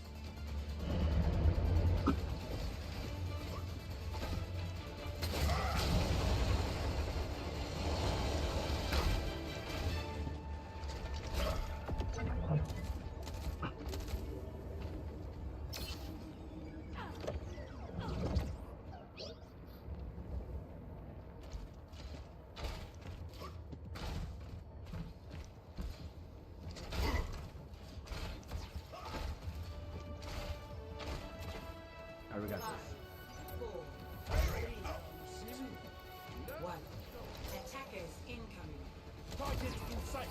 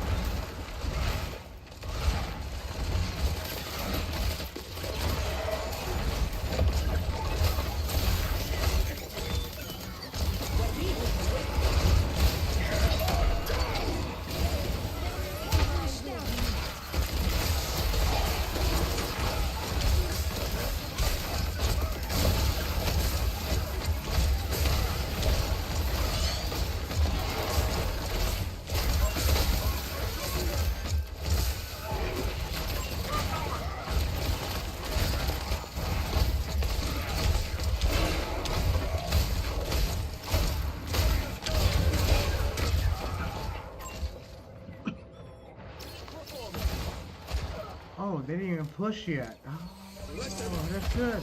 Hey, they didn't push. I'm okay with that. My ultimate is charging.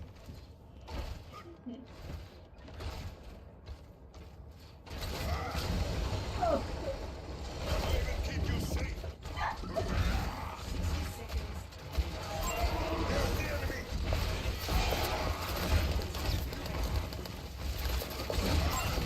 Marking the enemy.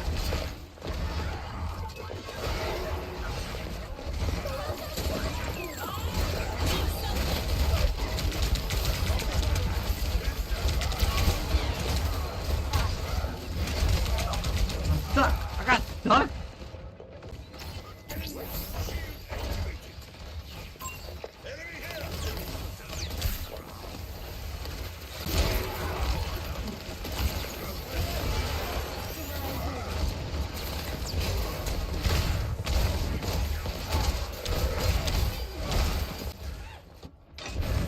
My ultimate is ready.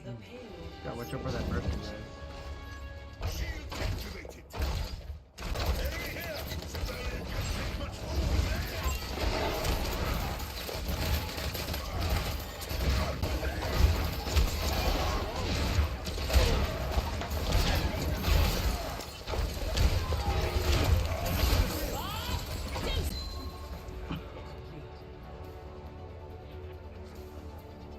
dropping.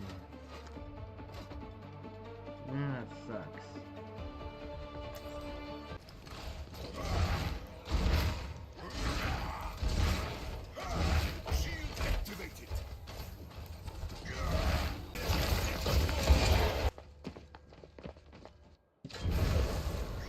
I've been knocked down before.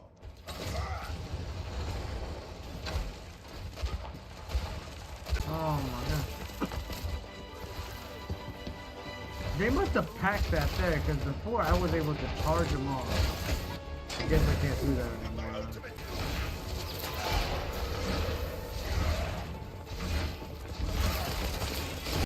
Dead.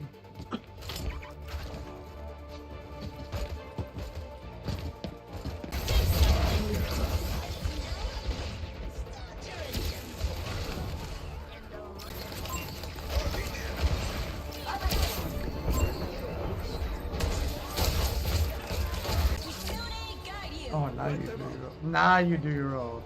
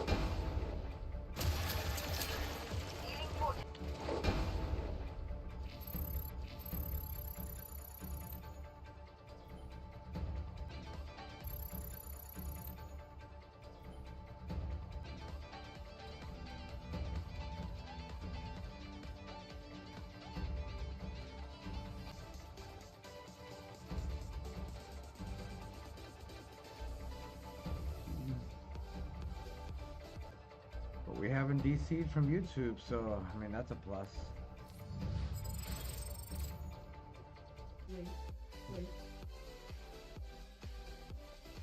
The cat.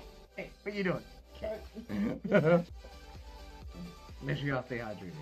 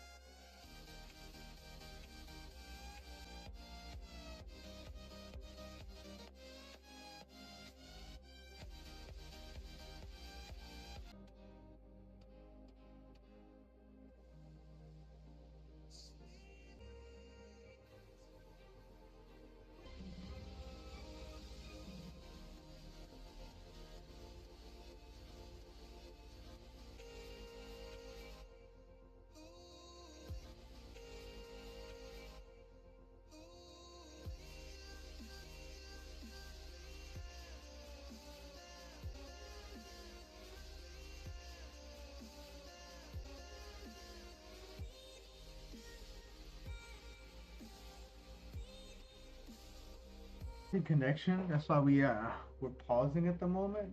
We're buffering dramatically. We're buffering and dropping. Stay hydrated, yo. Facts. Stay hydrated. Make sure y'all stay hydrated. I can't even hold a connection.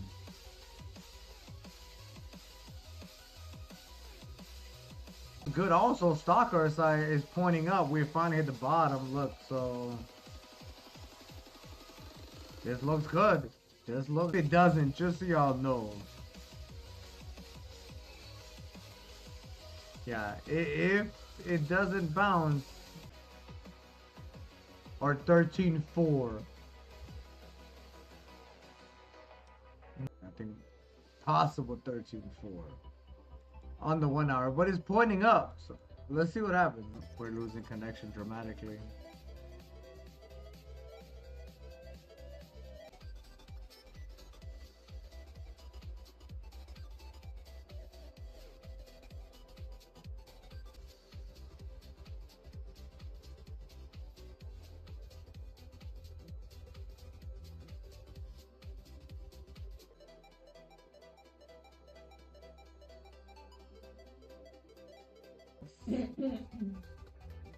Hopefully we stop. We'll keep an eye on everything just in case.